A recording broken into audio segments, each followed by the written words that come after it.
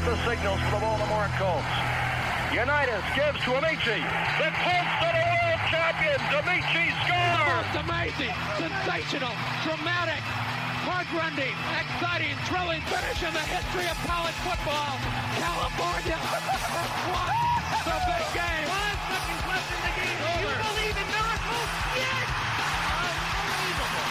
This is Phil Steele. This is Mike Burnham. This is Wes Durham. This is Mike Ashley. Hi, this is Chuck Foreman, number 44 of the Minnesota Vikings. Woo, mercy, this is handsome Jimmy Vine, the Boogie Woogie Man. This is Coach Fry with Virginia Tech Football, and you are listening to Big Dog Sports Talk. Are you ready to rock? Are you ready to roll? Okay, let's do it. You're in the doghouse with Rick Watson on Big Dog Sports Talk, presented by Pulaski County Sports and Entertainment. Join us in the Family Fencing Studios and chime in on the McClellan Chiropractic chat line. He's keeping cool with help from Little River Heating and Air, but this show is straight fire. And now, the big dog, Rick Watson.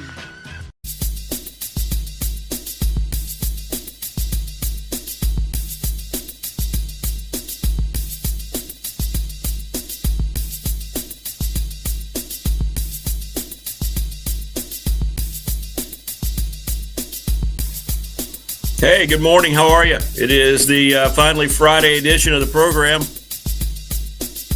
We have made it to episode 50 of the new show. Oh, my. Oh, no. Oh, no.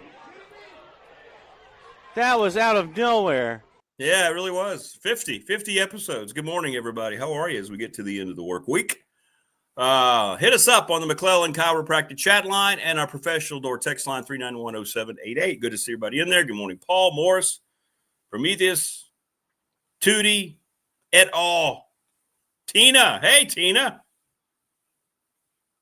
Welcome. Peepat, new to the show. Thanks for finding us. By the way, we are only 7 subs away from 600. 7. We're at 593, so let's get there. We got a countdown going on the Facebook page. So hit us up. Let's get there. Remember, if just one of you who has subscribed gets someone you know to subscribe for absolutely free, we'll climb the ladder here. Good morning, Opal. Hey, all right. We got a heavy lady presence this morning. Nice to see everybody. But yeah, 7 more. That's all we need. 7 more. And then we'll get there. Great response to the Thursday show with David Mabry and Dwight Vick. Today, and Will Stewart from Tech Sideline joins us. He sent like an agenda of things he wants to talk about, so that'll be good. Mike Ashley will have the open mic session with Mike. See, his name is Mike Ashley, and we do open mic. How clever we are. And then Jen, the Gamecock girl, stops by with our picks. And we'll talk a lot about what tomorrow night might mean for the current head football coach at South Carolina. We have concluded our BDST attorney, Ryan Pry. Fan question of the week. Let me make sure I get the numbers right. So, because I send notes to myself, 73% of the responses said, yes, you want James Franklin as the next head coach in Blacksburg. There's a piece out on ESPN about the whole demise of the Penn State program that happened in a very short amount of time. I would suggest, if you're part of the 73%, that you go read that article. From what was the Newcastle Rockets and the Blacksburg Indians, and now the magnanimous Palm Coast Hokie transplant, BDST is on the air. All to be down with Morris at the Palm Coast. You can just do the show live. Like when I'm on the road with RU Hoops, like there's a feature on here once you get to a certain amount of subs that you can go live and just do it. That's how I'm probably going to do the show, because I don't want to take all this with me. You can't see all this, but There's a lot going on here that I have to pay for, which is nice, that I have sponsors that help me out. So, yeah. Yeah, Tina. Tina and Tootie. Tina and Tootie, Tootie and Tina. What are they going to get into now? I don't know. We're just trying to. Yeah, the big 50. Yeah, episode 50. I hope we get a big 600 before the day's over. 600. Call the neighbors, wake the kids, get everybody involved. Family Fencing Studios. Your free quote, 540-200-8294. Thanks to Jason Green and the gang. No mess. Totally locally owned and operated. Free quotes, payment plans. You got it. They got you covered. Family Fencing. See there? Mark Hundley, McClellan Chiropractic. Go see him. Tell him you heard us talking about it. Say, hey, my back is hurting. Rick said you'll fix me immediately. Put me on one of those machines for an hour. Stretch, pop, crack. Just like the old cereal, Rice Krispies. Professional Door Incorporated, Travis Williams, 540-391-0788. That is our BDST text line that he sponsors. Garage doors for 38 years. 38 years. How about that?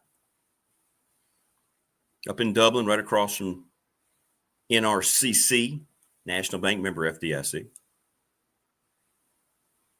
35 years with them, our exclusive banking partner. We mentioned our attorney, Ryan Price, 701 West Main Street in Radford.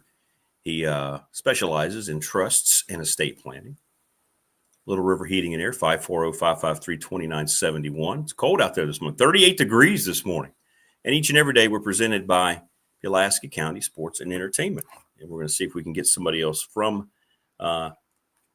PCSE next week.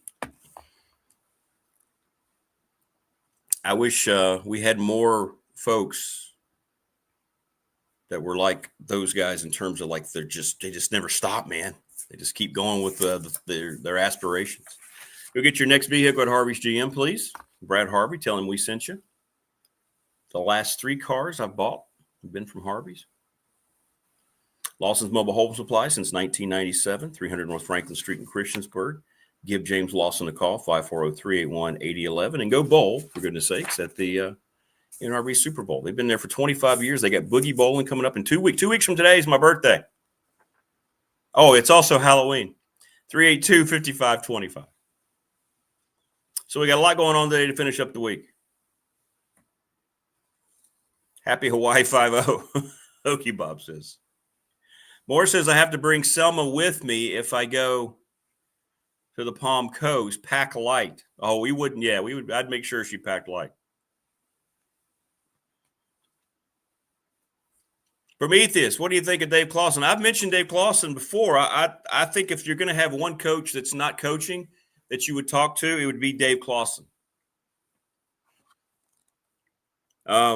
Virginia Tech could take a lot of solace in looking at how Wake Forest has hired football coaches. Phil Amatian, who will be back on the show on Monday, talked about that. By the way, Todd Grantham's going to join us on Monday as well. Now, the former defensive coordinator at Oklahoma State, but of course, they had an upheaval there with Mike Gundy being fired, and he's awesome. He's a guy who's not coaching right now, and he wants to come talk about the industry. So that'll be very interesting on Monday. That's going to be fun. So you got Todd and Phil Amatian. Yeah. But no, I like Dave Clawson. Wake Forest hired Jim Grobe, Dave Clawson, and now it looks like they've hit another home run with this guy from Washington State. I tell you, Wake Forest gets it done right, man. No drama, no committees. They shoot for the targets that they feel like they can get. And I think once coaches get down there and see what they're doing, what they've done with their facilities, as the smallest attended D1 power institution, doesn't matter. Yeah, Dave Clawson's worth the conversation. And I have to believe that both Bruce Arians and Bud Foster feel the same way. He kind of wanted to get involved in the job 4 years ago. Kind of like the guy who signed a new extension yesterday in Indiana for $93 million over the next 8 years. Kurt Cignetti is signed, sealed, and delivered at Indiana. And again, I just want to sit this side by side for just a second. So Kurt Cignetti has Indiana number 3 in the country. This after a year removed. In year 1, he took them to the playoffs. They look better this year than they did last year. They're really good. Really good. They just went to Oregon and smacked Oregon in the face. By the way, James Franklin, everybody's clamoring for James Franklin, couldn't get that done. As a matter of fact, that was that game against Oregon that was at home in Happy Valley that kind of set that. If you read that article, I think it's going to make people go, well, wait a minute, maybe we don't want that. So Kurt Cignetti, he's too old.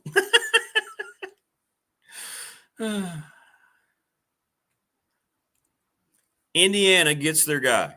Indiana knows everybody's coming after him. So I've been telling you how you should, when you go on X and you go on social media and you see all these stupid ass lists of, here's the Penn State. Watch out. They're going to go get Kurt Cignetti. He's number 1. They don't know anything. Indiana was never going to let Kurt Cignetti go. And everybody who's saying, hey, he signed that deal, but as soon as he has a bad year, he's gone. No. You see, this is Indiana football. They've never been anything over the last, 50 years? They're not going to just give up on Kurt Cignetti. As a matter of fact, every dollar is guaranteed in the $93 million. Every dollar. So in other words, if they decide to let him go, no argument, they're going to pay his entire contract. That's how committed they are to him. So there's not going to be any of this, Indiana slides to 5-7, Cignetti's gone. No.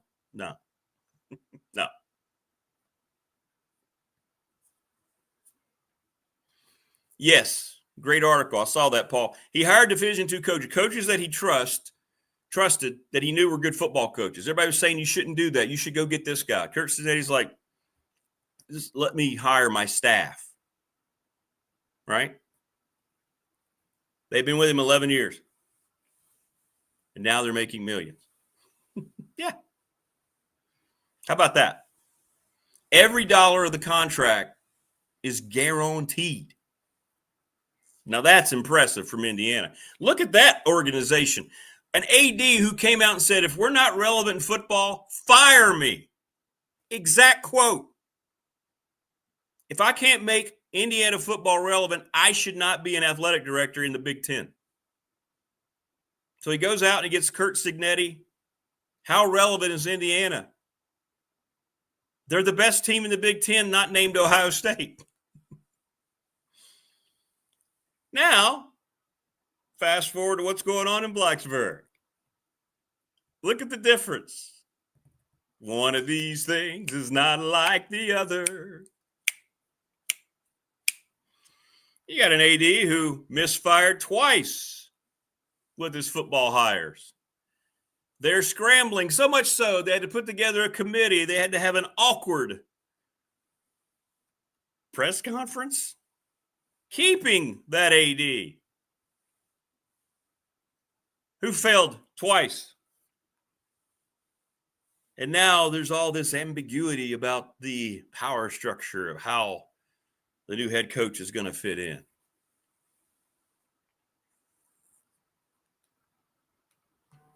Do you see what happens when you have one thing that it should make you a lot more frustrated, Tech fan, is what I'm saying. If you're not reading between the lines, just let me tell you, you should be a little even more frustrated.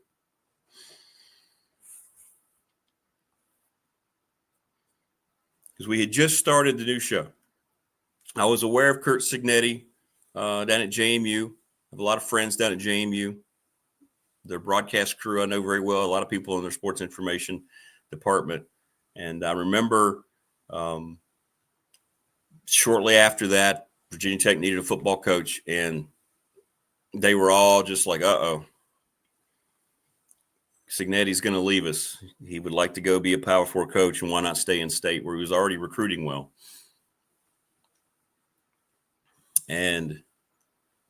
I don't know, 3 or 4 different people at JMU called me the week after and said, along with 2 sources at Tech, and said his agent told Coach Signetti that the response that he got was that they were concerned about his age. Can't make it up. Not making it up. You can believe it or not. And now, boom.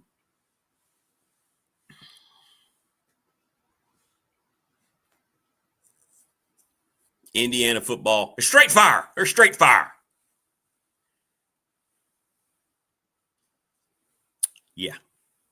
Morris says Jimmy Rogers at Washington State now. He's good. Follow in Wake's wake. Yeah, talk to him.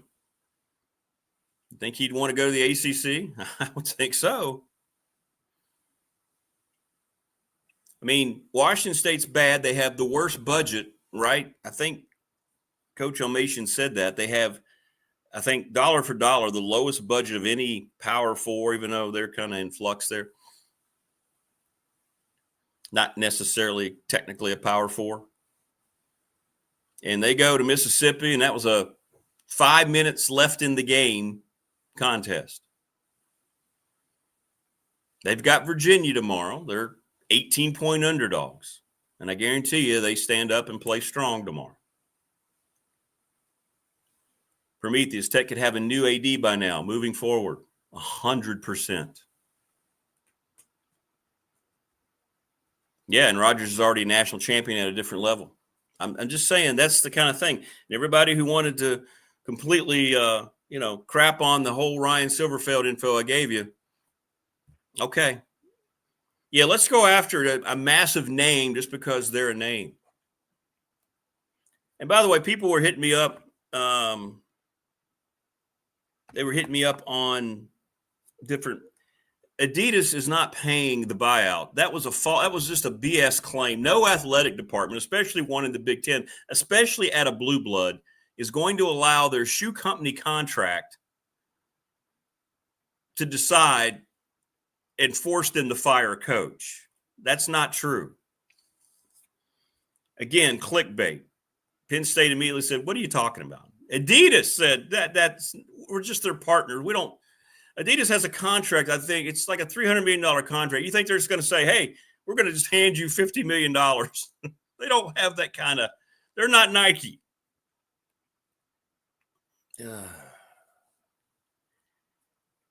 But again, that's what happens in the media today. Truth is not at all relevant anymore, especially from the access media, especially when they're covering politics. My Lord. And the brainwashed people who just fall in line with it. Don't fall for the banana in the tailpipe. People post just stupid things, especially in this day and age of clicks. And hey, we got a certain number of clicks. We get 5 ads. There's $1,000. That's what it's about.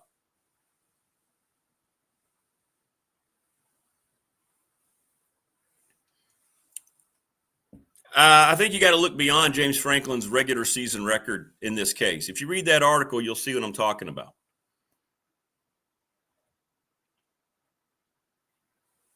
Just read the article. A fit at a power school and the things that went into that with the resources Penn State had, and then a guy who's been knocked down several tiers and then coming to a place. Do you see a guy like James Franklin fitting in to Southwest Virginia, the New River Valley?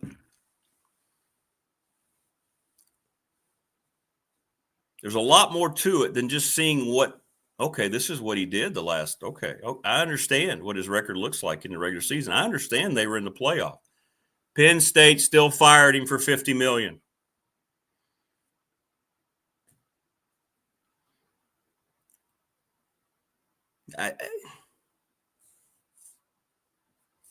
By the way, he's got an exclusive interview with ESPN. Is that today? When is that?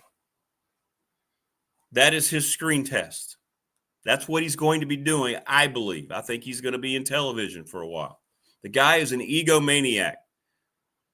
I don't think he's going to jump back in. He has to look for a job. That's part of his buyout. I don't know what that entails. I don't know if it's like when you're going to file for unemployment.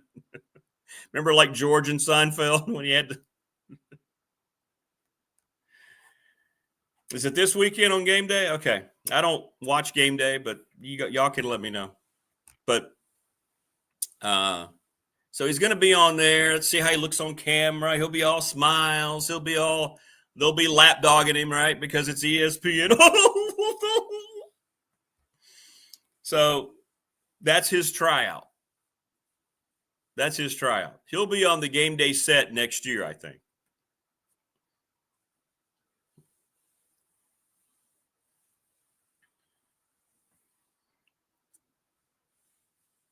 Yeah, it is high school football night. I think I'm going to the Auburn game tonight. Rodney, that is his home. It is at home, right, against George Wythe. Is that right? That's a home game, I think. Yeah. Wouldn't that be ironic if James Franklin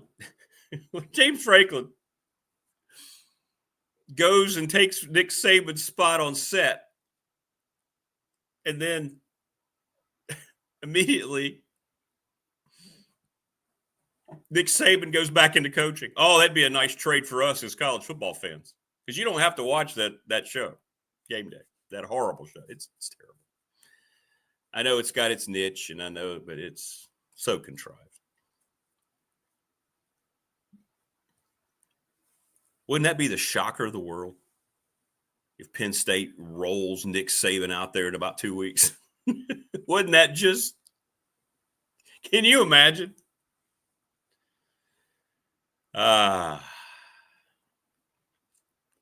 So, yeah, people are enamored with James Franklin's regular season record, and he gets his props for helping come out of the Sandusky scandal. But I have the graphic. I can show you the graphic as long as you want to look at it and ignore it, what he did against top flight competition. And the things that were going on behind the scenes in that program, which were spelled out in the ESPN article. You know, be careful what you wish for. That's all I have to say. Be careful what you wish for.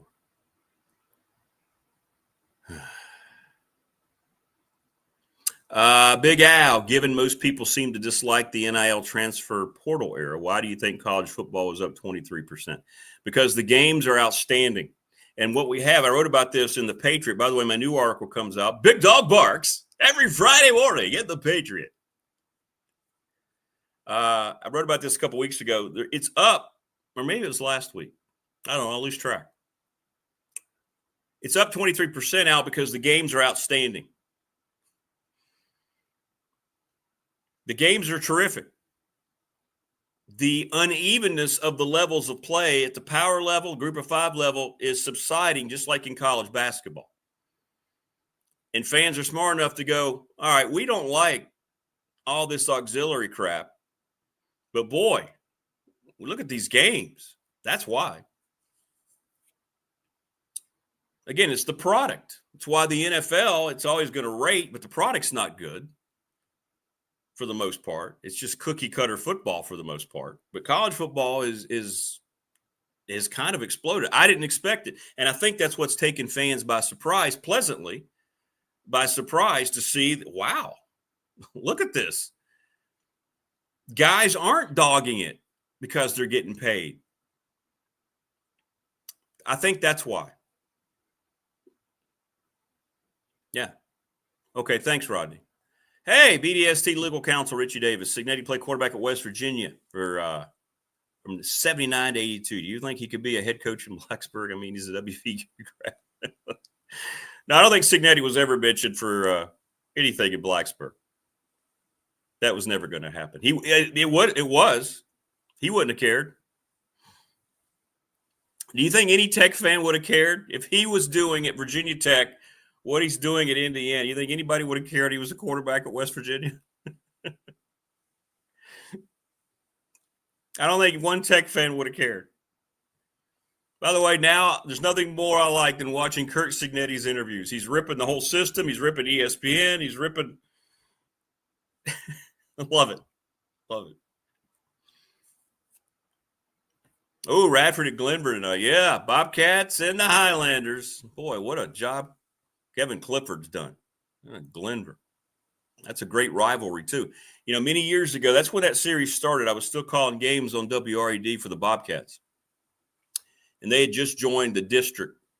And I remember sitting down with Coach Lindenberg, one of our Wednesday sessions, and he said, we're excited that Glenver is going to be a regular part of our schedule. He said, I believe in about 20 years or so, this is going to be, it may not replace Giles and Floyd in terms of the intensity of the old New River district, but he said, I believe Glenver is going to be one of our big rivals, one of our chief rivals. And I think if you look at the series, I think it's only one game separating it all time. So Coach, amongst his many gifts, was correct in his hypothesis. Now, whenever Glenver and Radford play anything, it's high octane. So, yeah, good stuff. Paul says Saban's sitting there wanting to eat rat poison while talking to these guys. Yeah, just watch his face tomorrow. Just watch Saban. He'll be sitting here like this. Boy, Pat McAfee, you're so funny. Look, he's standing on top of the desk taking his shirt off. I could still get back in coaching, right? I could go take that Penn State job, couldn't I? Finally Friday indeed. Prometheus. Could not agree more. People need to understand that Tech is not likely to pull a top-tier head coach. David Till said the same thing on Wednesday. You are correct. They are more likely to obtain a very good coach. But Mullen and Franklin, not going to happen. Nor should it happen. Okay, thanks, Stephen. I appreciate that. Took care of me last night. They got lots of options. Show's going great. Just saying. Yeah, Nick Saban. Wow, we're in Columbus again? I mean, what are we doing? I don't understand what we're doing. Why am I sitting up here in a suit?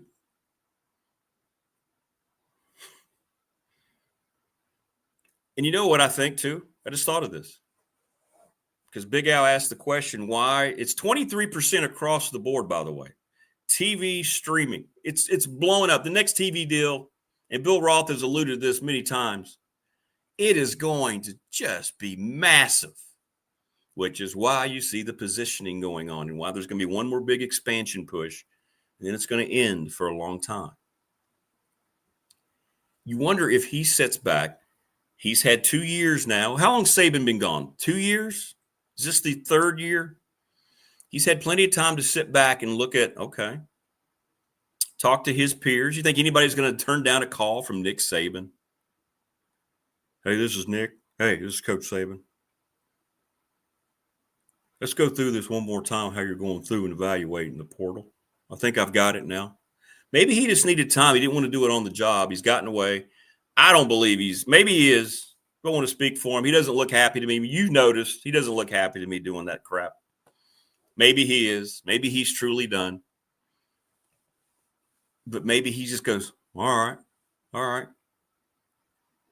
Let's go. I can do this now. I can get my GM in there. Let's go. I don't know. I mean, it's just a hypothesis, but maybe he's looking at the quality of play in college football. It is really strong. I'm very happy to be able to say that. And if you're up 23%, you think about it, college football is the second most watched sport in this country.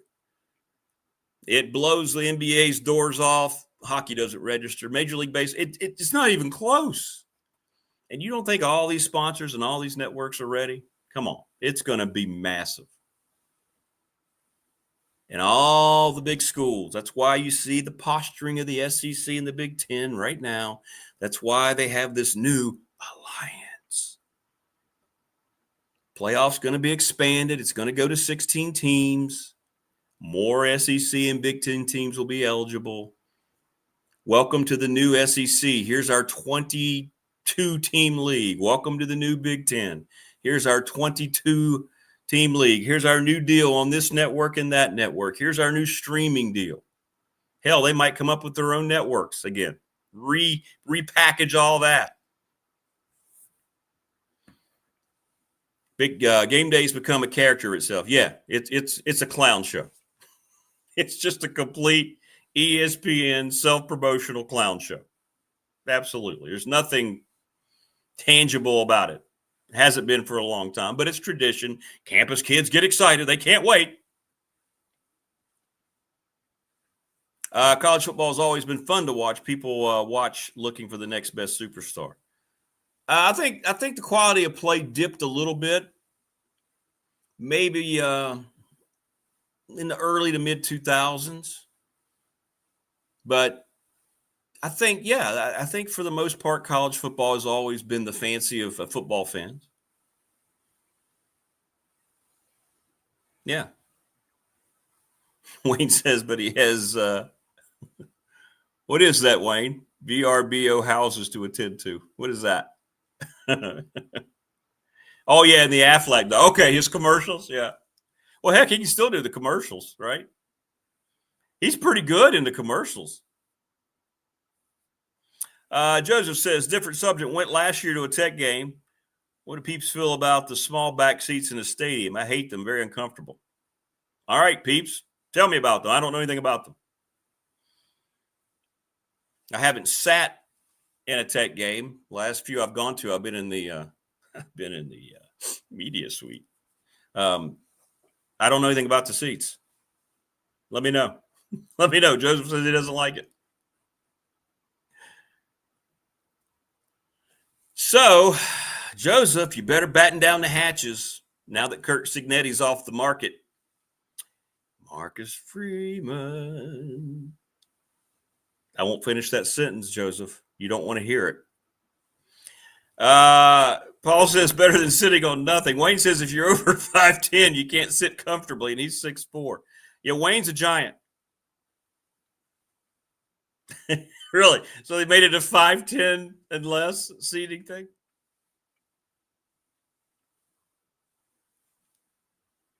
Had chairmanship taken out. Absolutely awful. There you go. So there you go, Joseph. You're onto something. Peep's not happy.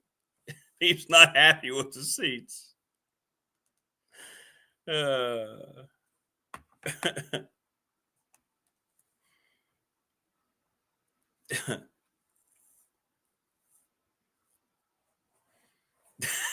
Saban, check-in is at 3. It's 2:55. I know that. But if you're on time, you're already 15 minutes late. Come on, let's go.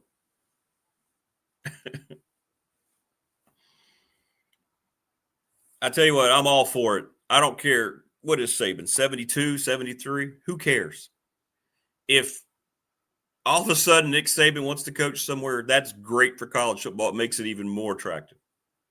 He's the greatest. I don't know if you want to put the word modern into it. I guess so. He's the greatest modern college football coach of all time. Different eras, it's hard to always say the greatest of all time, but he's that guy.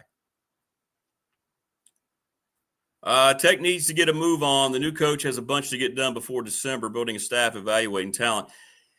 And I see this a lot. Prometheus, people are saying, why haven't they hired anybody? Well, how are they going to do that? How are they going to do that? Who has been hired at any of these openings?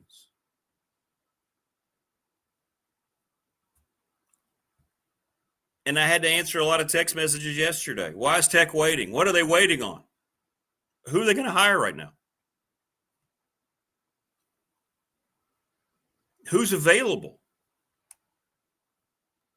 I'm guessing that their top few candidates that they'd like to discuss this with and really vet are coaching their teams right now. Who are they going to hire?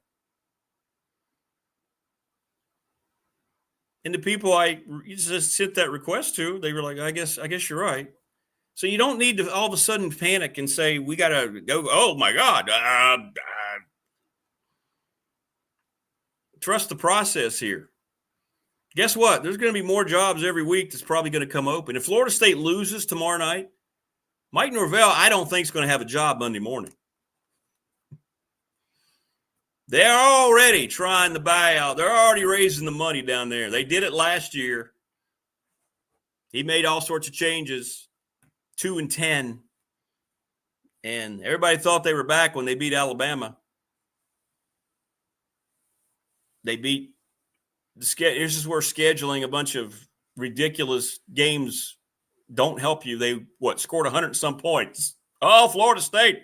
Look at that offense.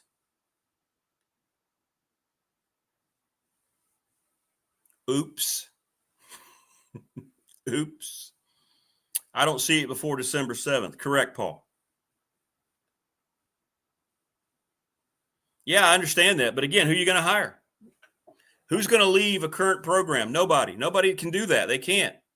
They can't break their contract and leave their team. And would you want a guy willing to do that? This comes down to the whole personality thing. This is like going back and read the James Franklin article. Tell me if you feel the same way, those 73% who answered the question. Would you want any coach that's currently out there that Tech is targeting, and they're targeting nothing but head coaches?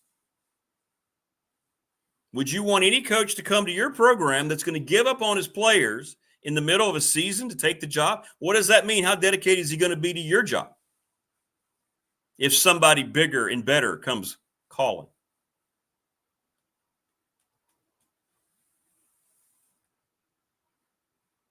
There's nobody available except for coaches who aren't coaching, those who have been fired and those who stepped down on their own.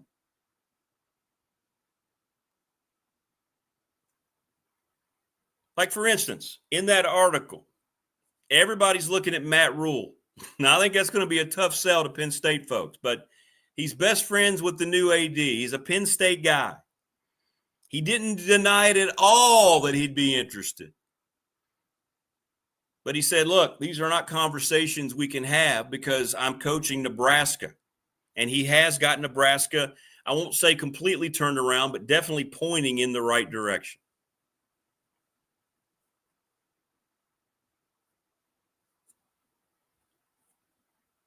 But you see, he's already said we're going to wait. Look at Penn State. Now look at the pressure on them as a blue blood. And they are blue blood in college football history. They are. That's why they do business like they did business last weekend.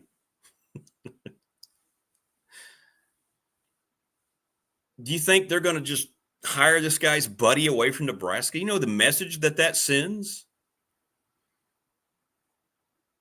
There's so many big names that are being associated with Penn State right now. As Bill Roth said on Wednesday, their coaching pool is going to be pretty diluted because they've got 3 or 4 guys that they're going to focus on. They're going to get one of their big targets. It's Penn State. They're not going to panic. Tech should not panic. Big Al says, Kurt Signetti, 64 years old, new 8-year contract.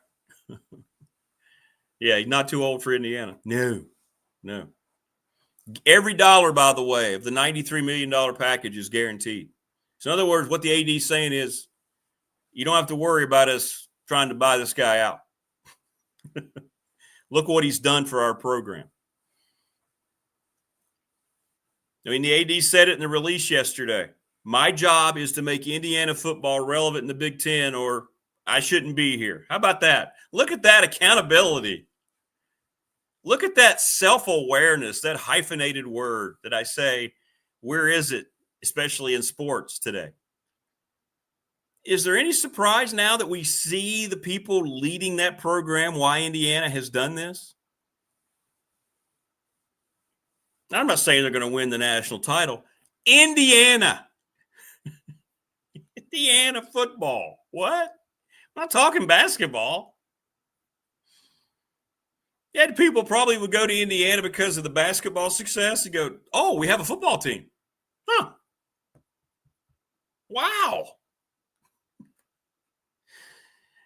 Now you see that IU on the helmet come in, you're like, oof, that's a Signetti team, isn't it? Yeah. Oof. You don't want to play them. Anybody watch the way they just smacked Oregon in the face? They went into Oregon and knew they were going to win that football game. They did. Ohio State, you better watch out. You better not pout. I'm telling you why. Kurt Signetti is coming to town. Maybe you should pout. Rodney, Tech needs to hire in December. Wayne, I will say this for missing high school recruiting. Doesn't matter. No, you're not. Not really. Not really. If you get the right coach in, you're going to be able to gather in. Depends on the relationships you may have with high school coaches. A lot of assumption that you're missing out, but I don't think that's the case. And to be honest, that is on the lower rung of importance. People still hung up on high school recruiting. Prometheus says, I would go after Clawson. Correct, Paul. High school kids aren't getting the attention. They're also asking for money. High school kids, the top tier players, why did Penn State and all these other programs poach them from the state over the last 5 years? Even before the NIL, they were getting money. Your top tier kids are coming out asking for $1 million. Tech now has that money. They do. Gary Patterson's a really good football coach. He's been out of it a while, right? He did marvelous things at TCU. I think there's certain guys that aren't coaching you can look at, and that Bruce Arians is probably looking at it the same way.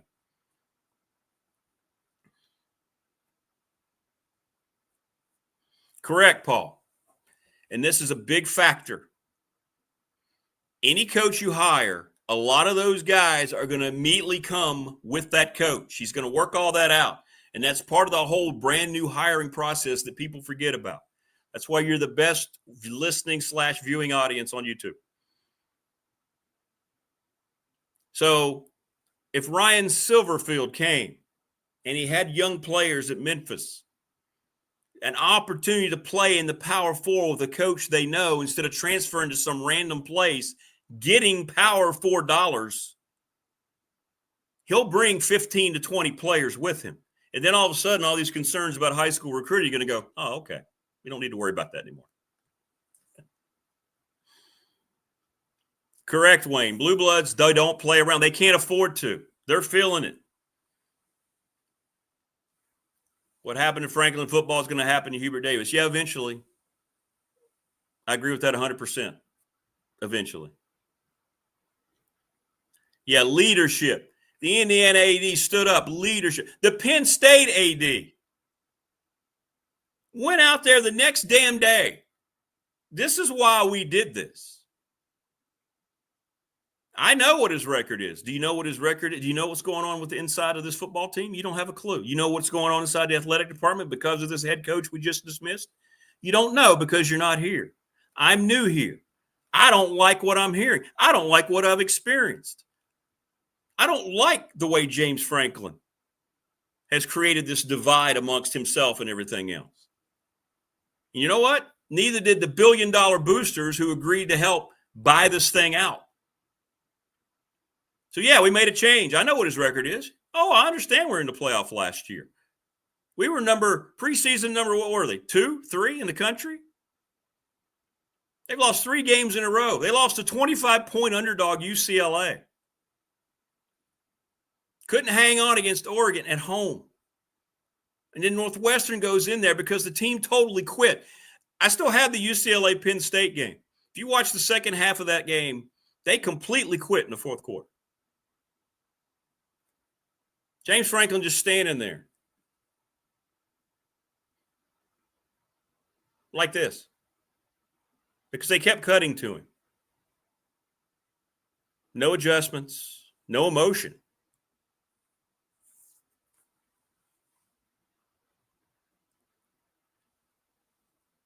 Big Al, Virginia Tech can rarely get a scripted generic comment from its AD.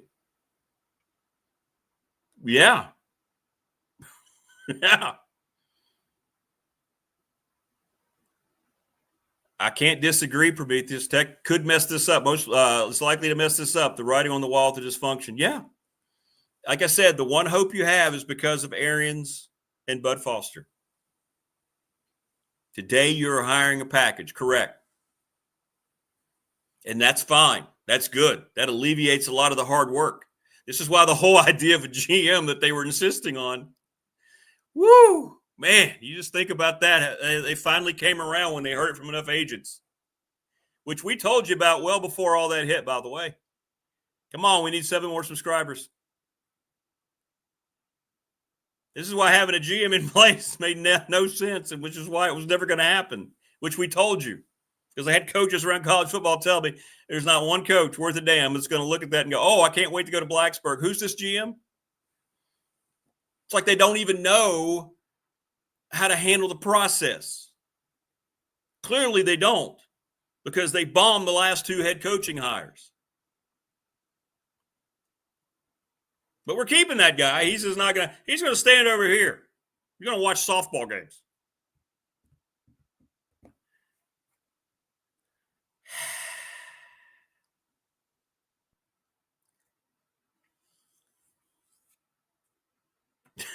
Wayne, PSAD works with football.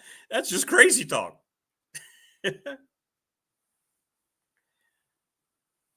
No, Paul.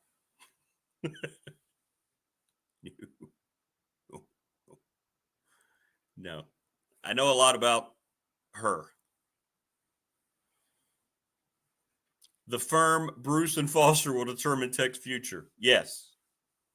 That's why I tried to pass along the good news I was hearing yesterday from my Big Ten source. They're talking to a lot of people because of who they are. Penn State cares about their fans, yes. There may be a small handful. Think about that for a second. Now, you can talk about unrealistic fan bases, expectations. I'm not sure Penn State falls in that. Alabama fans, yeah. Georgia, Michigan, Ohio State, Notre Dame. I'm not sure Penn State fan is, quote, an unrealistic fan base. And if you look at all the responses and all the messages that are posted, when all this happened, what was it, 80, 90% on board to let go of a coach that had the regular season record that James Franklin had? Why do you think that is? Tebow, there are more attractive jobs out there and likely more to come. Correct. If I'm a Tech fan, I would temper my expectations on some big-name coach. Exactly. That's common sense. That's how they have to handle this. And I think that's the way Arians and Bud Foster are handling it. Everybody gets so involved in a name. Don't worry about the name. I write about it. It's in my column today. Go get a copy of the Patriot. Check them out online. Sometimes the best hires are the ones where you go, wow, didn't really see that coming. Kurt Cignetti at Indiana.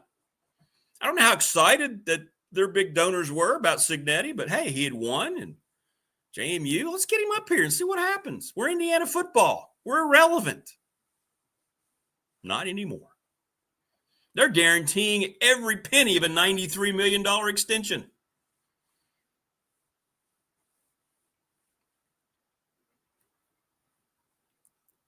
I will. I'll ask Will about the poll. I did not see it, so I will definitely ask. Absolutely. Absolutely. I'm going to send Will his invite right now so he can join us whenever he would like. Let's see where we are, by the way.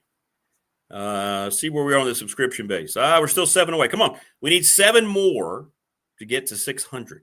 Let's go. Call the neighbors, spread the kids.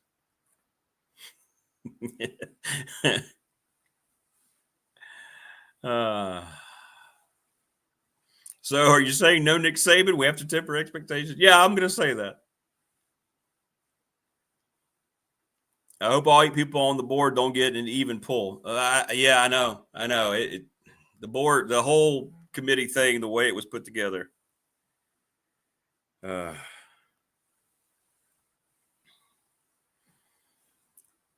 I don't think they are. I think a lot of the folks on there will just kind of be like, "Oh, that's great. Tell me a little more about this person."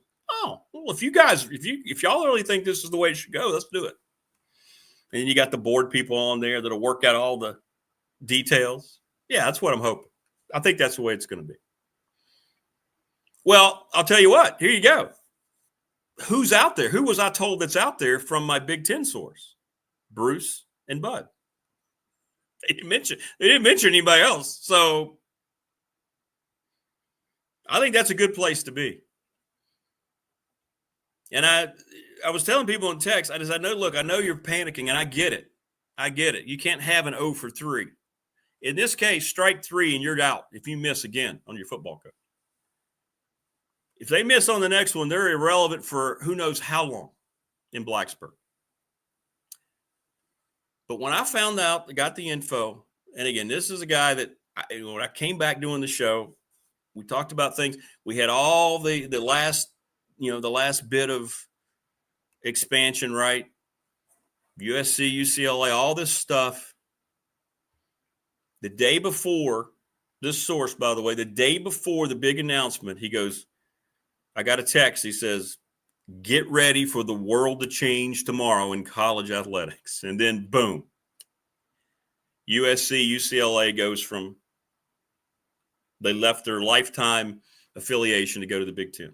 And it hasn't been the same since. Now, I'm not saying those programs are dominant, but the LA market said, to hell with the West Coast. And the Big Ten was the front runner. It will have nothing to do with football, so that's a win in itself. I'm confident Bruce and company will not F it up. Yes, Knicks fan. Me too, and I think you said it beautifully. They won't F this up. I don't think.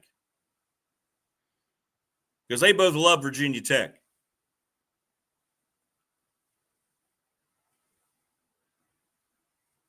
I don't believe that's – I know they said that, Wayne, but I don't think that's going to be the case. I don't think Witt's going to have one word to say about the new coach, from what I've been told. Oh, there's no doubt. Liberty has the best facilities in the state. Right now, they do. They do. Better than Tech, better than UVA. Yes. Yes, they do. By the way, there's another hot name of a head coach that's just kind of disappeared. It hasn't happened for him down there. VT was screaming for changes as an annual 10-win program back in the day as well. That didn't work out. Yeah. Put a lot of pressure to get Frank Beamer out of there toward the end. And the program had fallen off. Didn't work out so well. Maybe they'll put names in a hat like Andy Griffith. Boy, the chat just exploding. Chat in the text line. Tell you what, McClellan Chiropractic and Professional Door Incorporated, you guys are a lot of that for your buck. Maybe they'll put their names in a hat like Andy Griffith and pull 6, 7, 8 as the winner.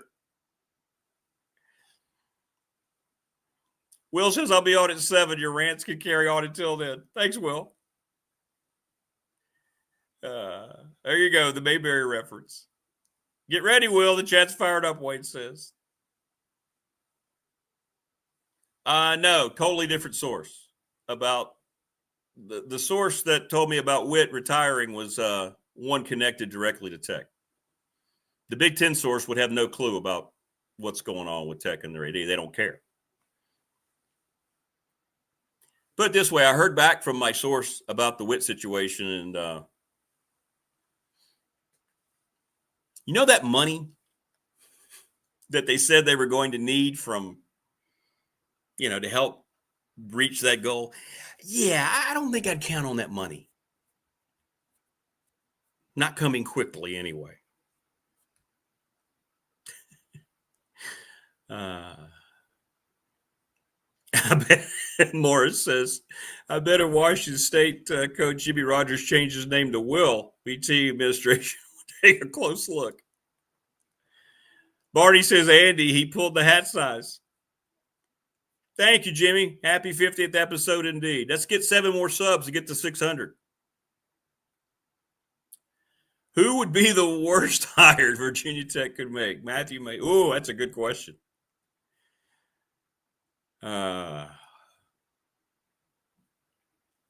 I don't know about a name. Boy, you have to think about that. Maybe that's something we can do on the 25th.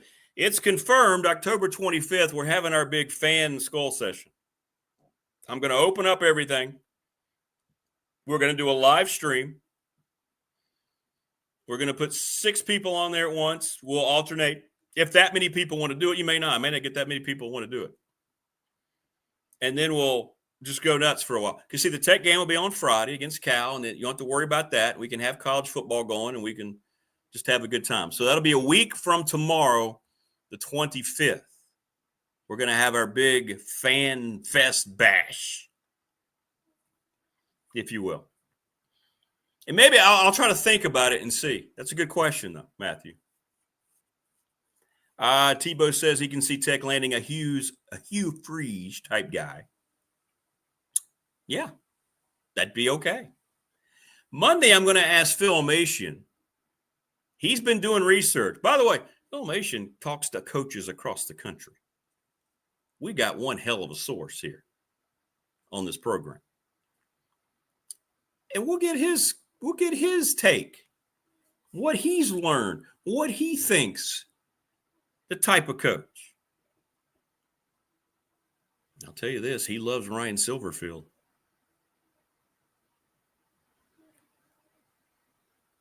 Bronco Mendenhall or Mike London would be the worst coaches. Bronco's a really good football coach. I don't know what's happening. Didn't we just have 2 in a row? Paul said. Yeah.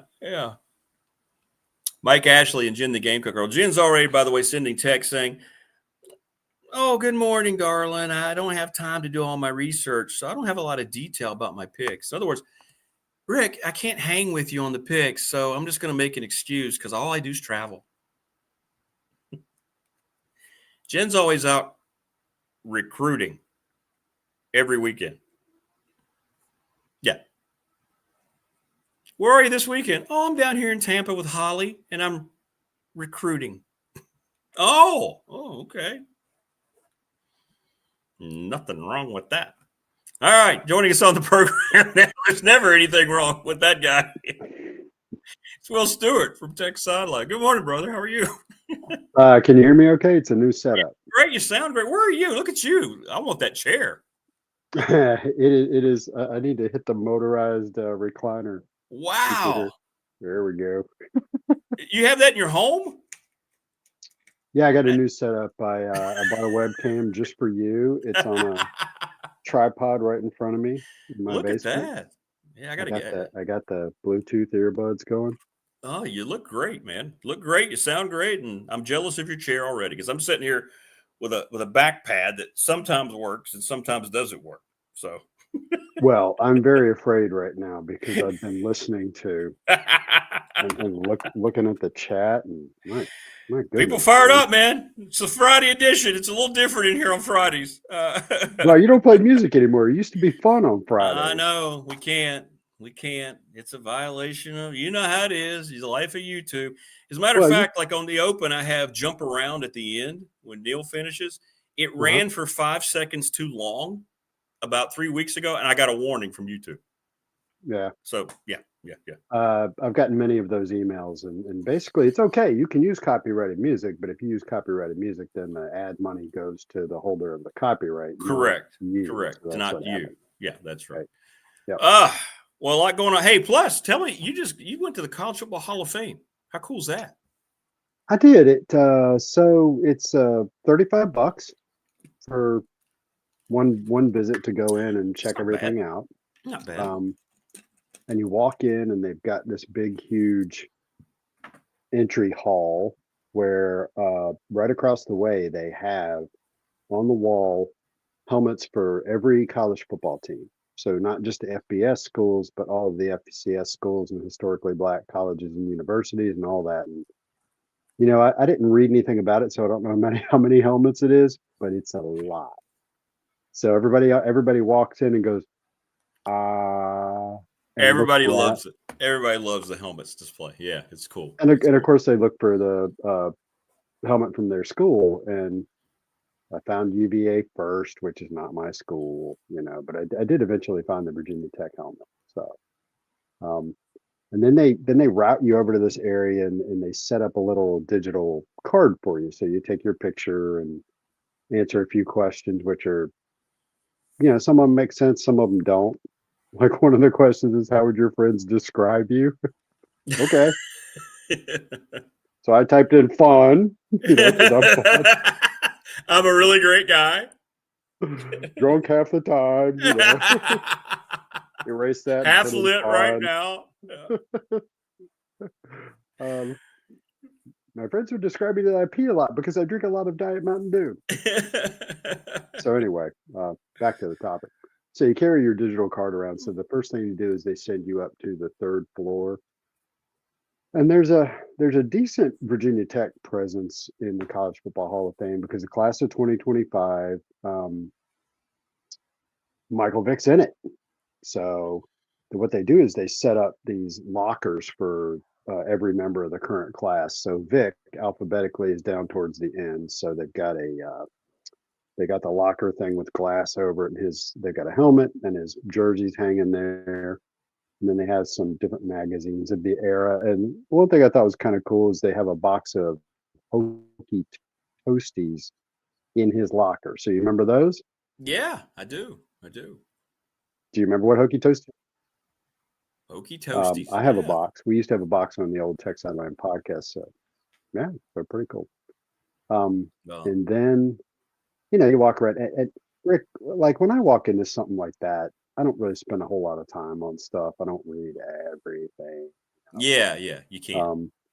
But so I think we all have a perception that the Hall of Fame has a bust of everybody in it. So you got the sculpted head, and then there's a little thing that talks about him. Well, College Football Hall of Fame's gotten big enough, and I imagine the Pro Football Hall of Fame has too. I've never been there. You've been there, right? Oh yeah, many times. Yeah. The Pro. Yeah.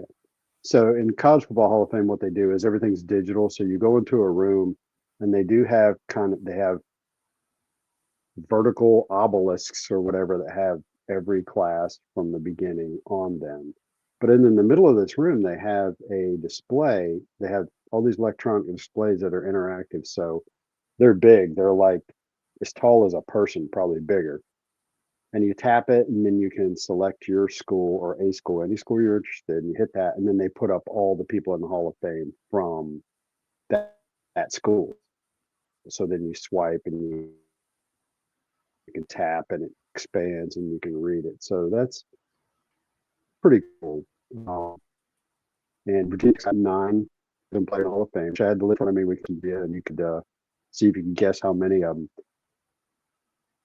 I think the one guy that most fans would not be able to guess is Andy Gustafson, who was like a coach at Virginia Tech. Like, you might be able to find people who could name 8 of the 9, and I think they'd hang up on that 9.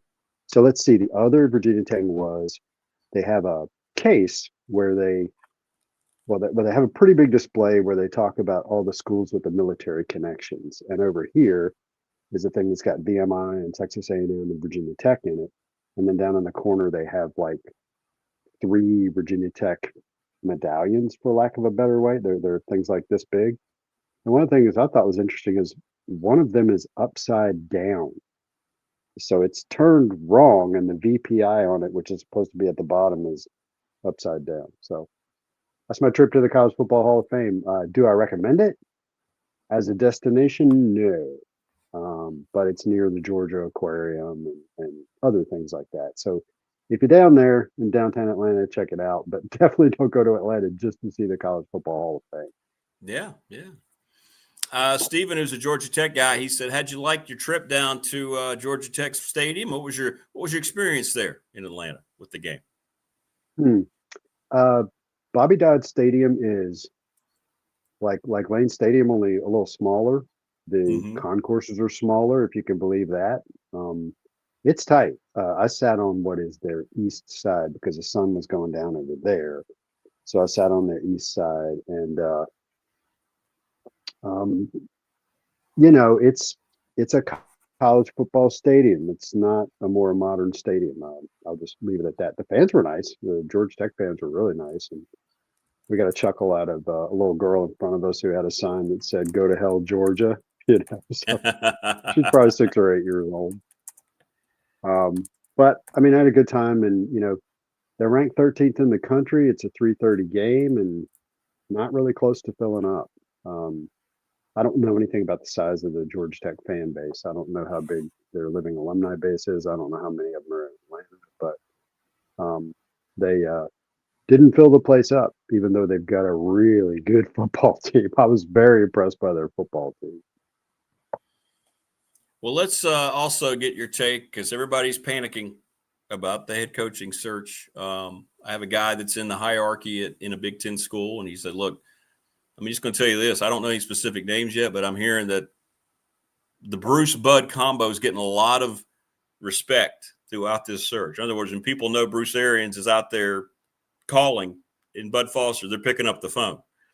So that gives me a lot of comfort that this isn't going to be something that anybody else on that committee is really going to have a lot of control over. But the fact those two guys are out there now, we're confirmed, are kind of leading the horse.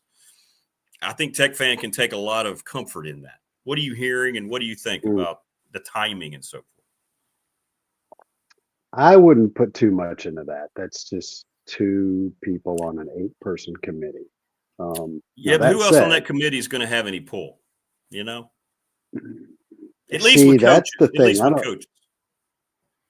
Well, yeah, and I don't know exactly how this sausage is being made here. Is the thing that I don't think anybody does. That's the problem.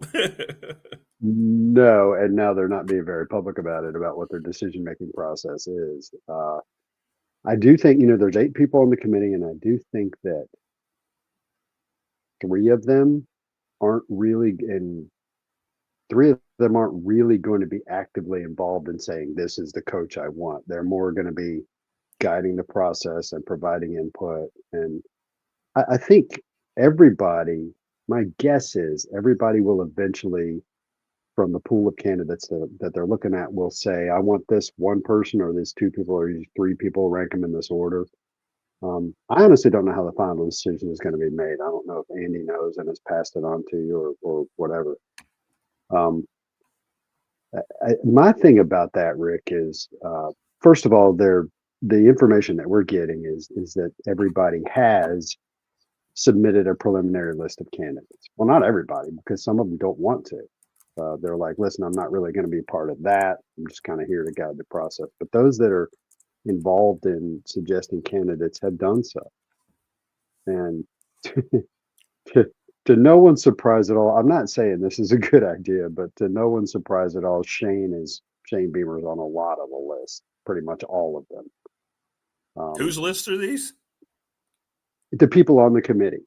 Oh. So, yeah, so they've all submitted a preliminary list, and they're all going to start working from those lists. And Shane's on every one of them. He's kind of got a job right now, though, so I don't know about that.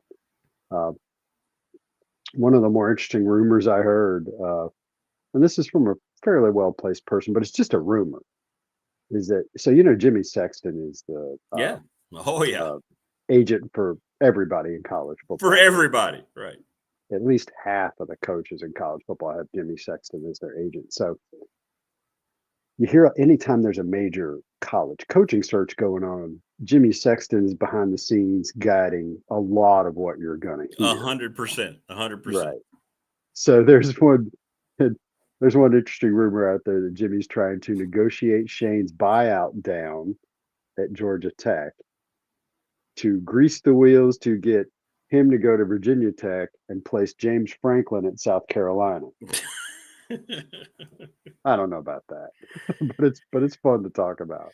The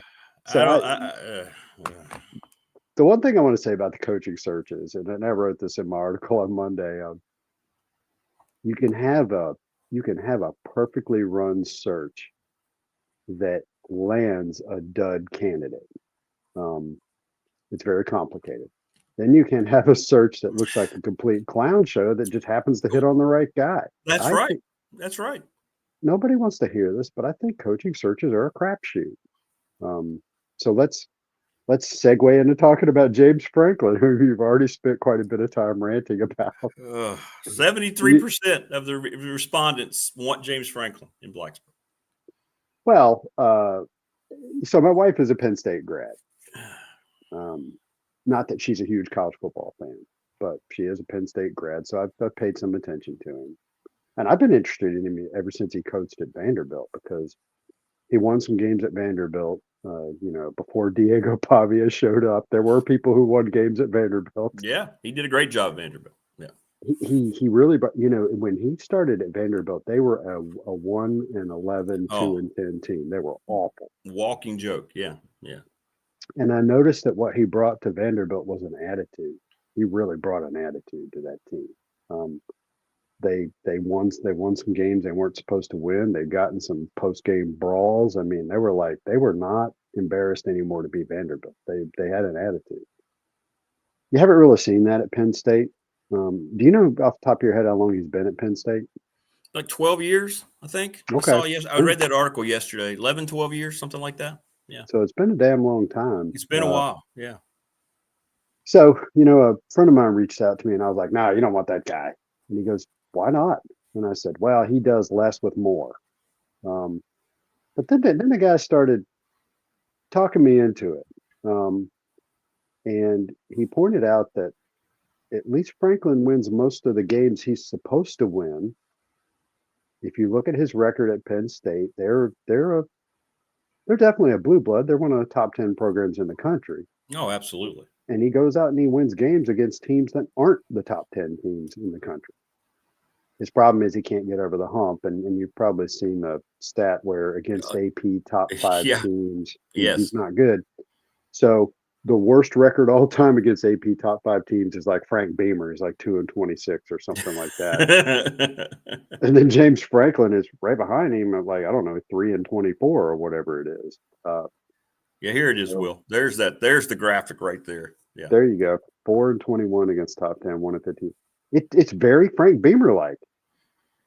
Except for the top 25 opponents. Frank did pretty well against the top 25 opponents. He did, yeah. He did. And the Michigan and Ohio State thing, Frank won a lot of games against Miami. That's where Frank really made a lot of his reputation. Absolutely. He did against Miami back in the 90s when Miami they were no longer a powerhouse, but nobody knew it. Right. Frank beat him 5 times in a row. Back when, beating them was something. So anyway, my buddy kept texting and he made the point that Franklin has run a large program and has won a lot of games. And I think a plus to hiring him is you hire James Franklin and you look like you're serious about football. You're not promoting an assistant or hiring a G5 coach. You're hiring James Franklin. So you're putting your flag in the ground and you're like, we're serious about football. So that's the case for hiring him. Andy Bitter doesn't want to hire him because apparently Franklin's not very friendly with the media. Like, you think this program's shut off from the media now? Andy's like, go ahead and hire James Franklin and watch what happens. Absolutely. That's not everybody's problem. That's a tech sideline problem, not a tech fan problem. Well, he could, but I'm not sure how he would relate to the fans either. That's reading that article yesterday was very enlightening about him. I think you're going to have Justin Fuente times 10 if you bring a personality like that in here. That would be my prediction. I think that is a valid viewpoint. Even if he won a lot of games, there's nothing charming about James Franklin. And like Nick Saban at the peak of his power was never a fuzzy guy, but you respected him and he was Nick Saban. I think the fans loved him some Nick, the Alabama fans.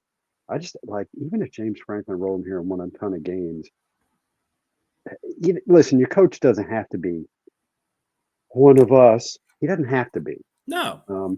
He does have to win football games. That's job one, but nobody's ever going to warm up to James Franklin, the person. So there's your money quote. There you go.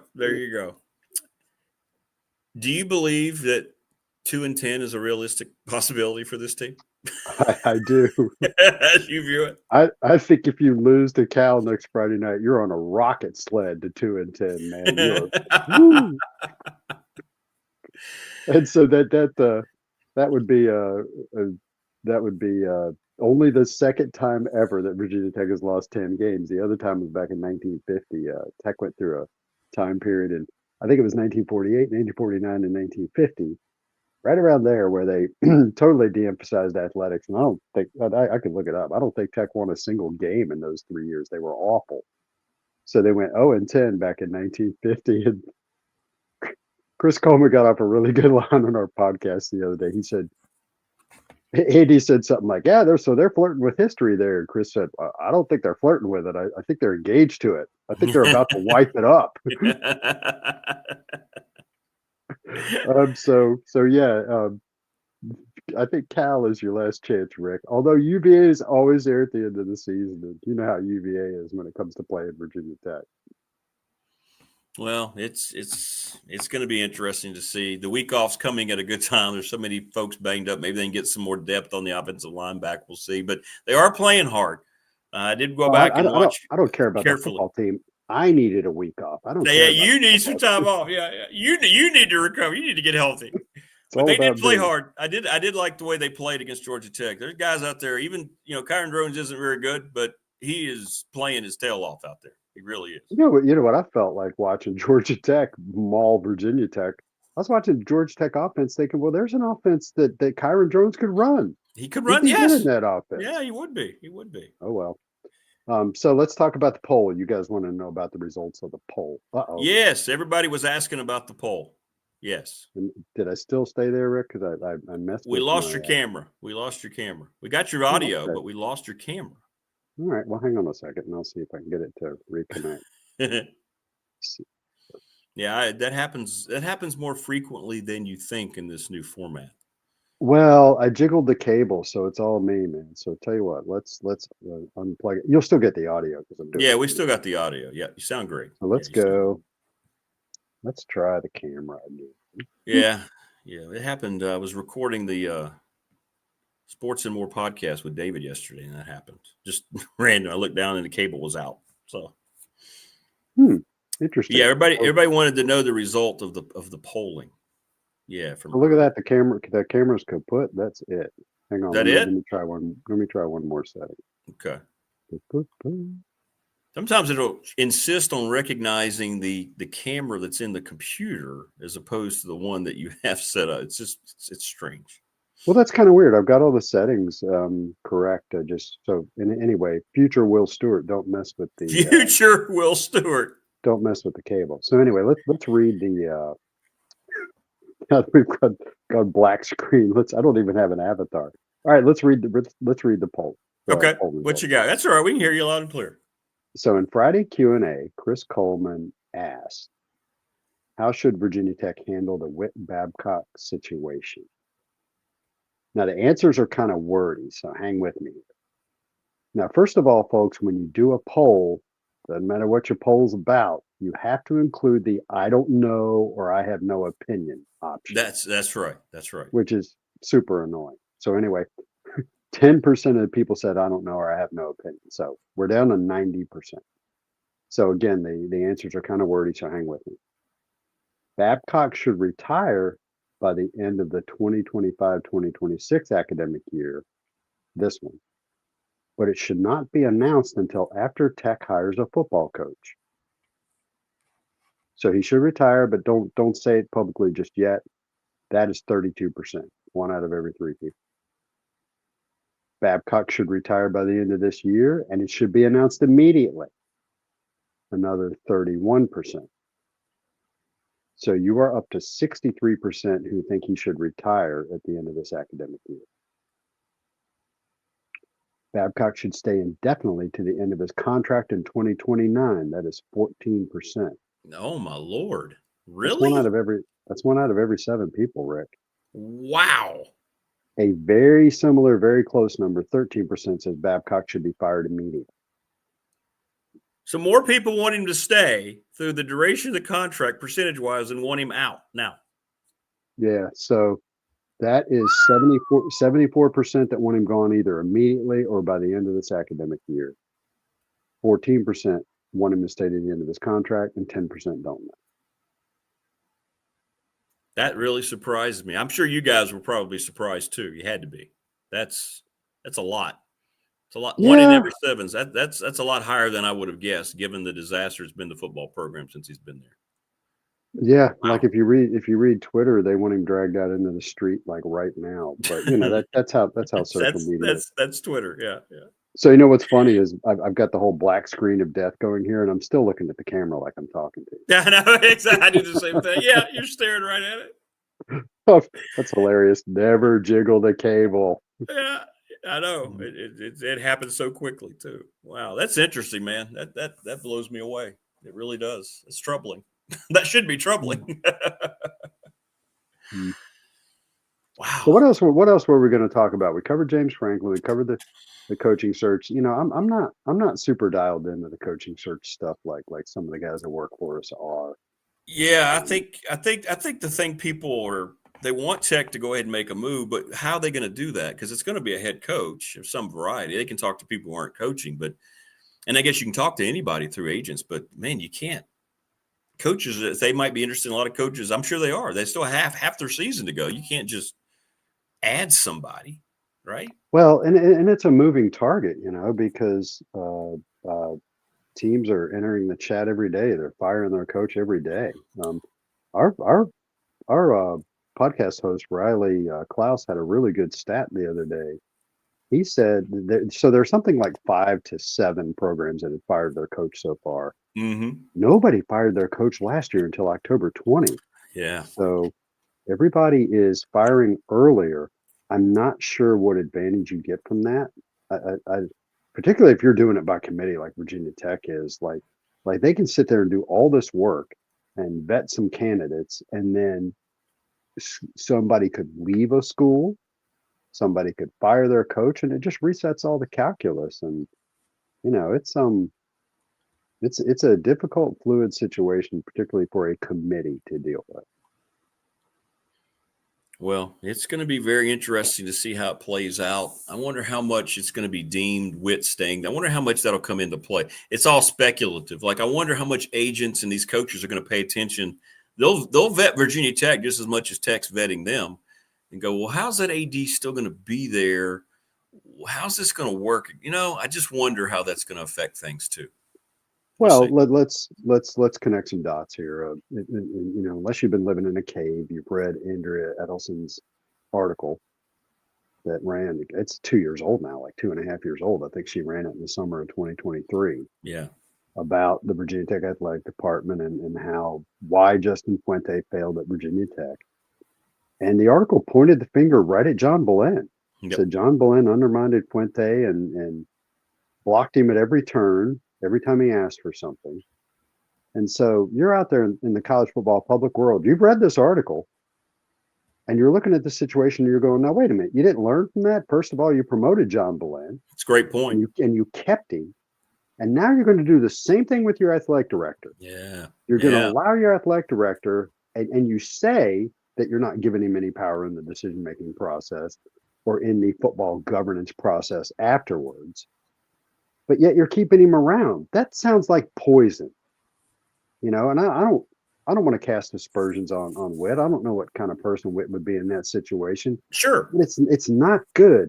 He's going to be there if you keep him until the end of his contract in 2029. He's going to be there, and a lot of the people in that athletic department will have been hired by him, and he will have had power over them for years. I think it's just a poisonous situation, and just not a good idea. So that's a great point. That's great. Yeah, go back and read that article, peeps. You can find it anywhere. Yeah, and it does feel like the exact same thing. Yeah.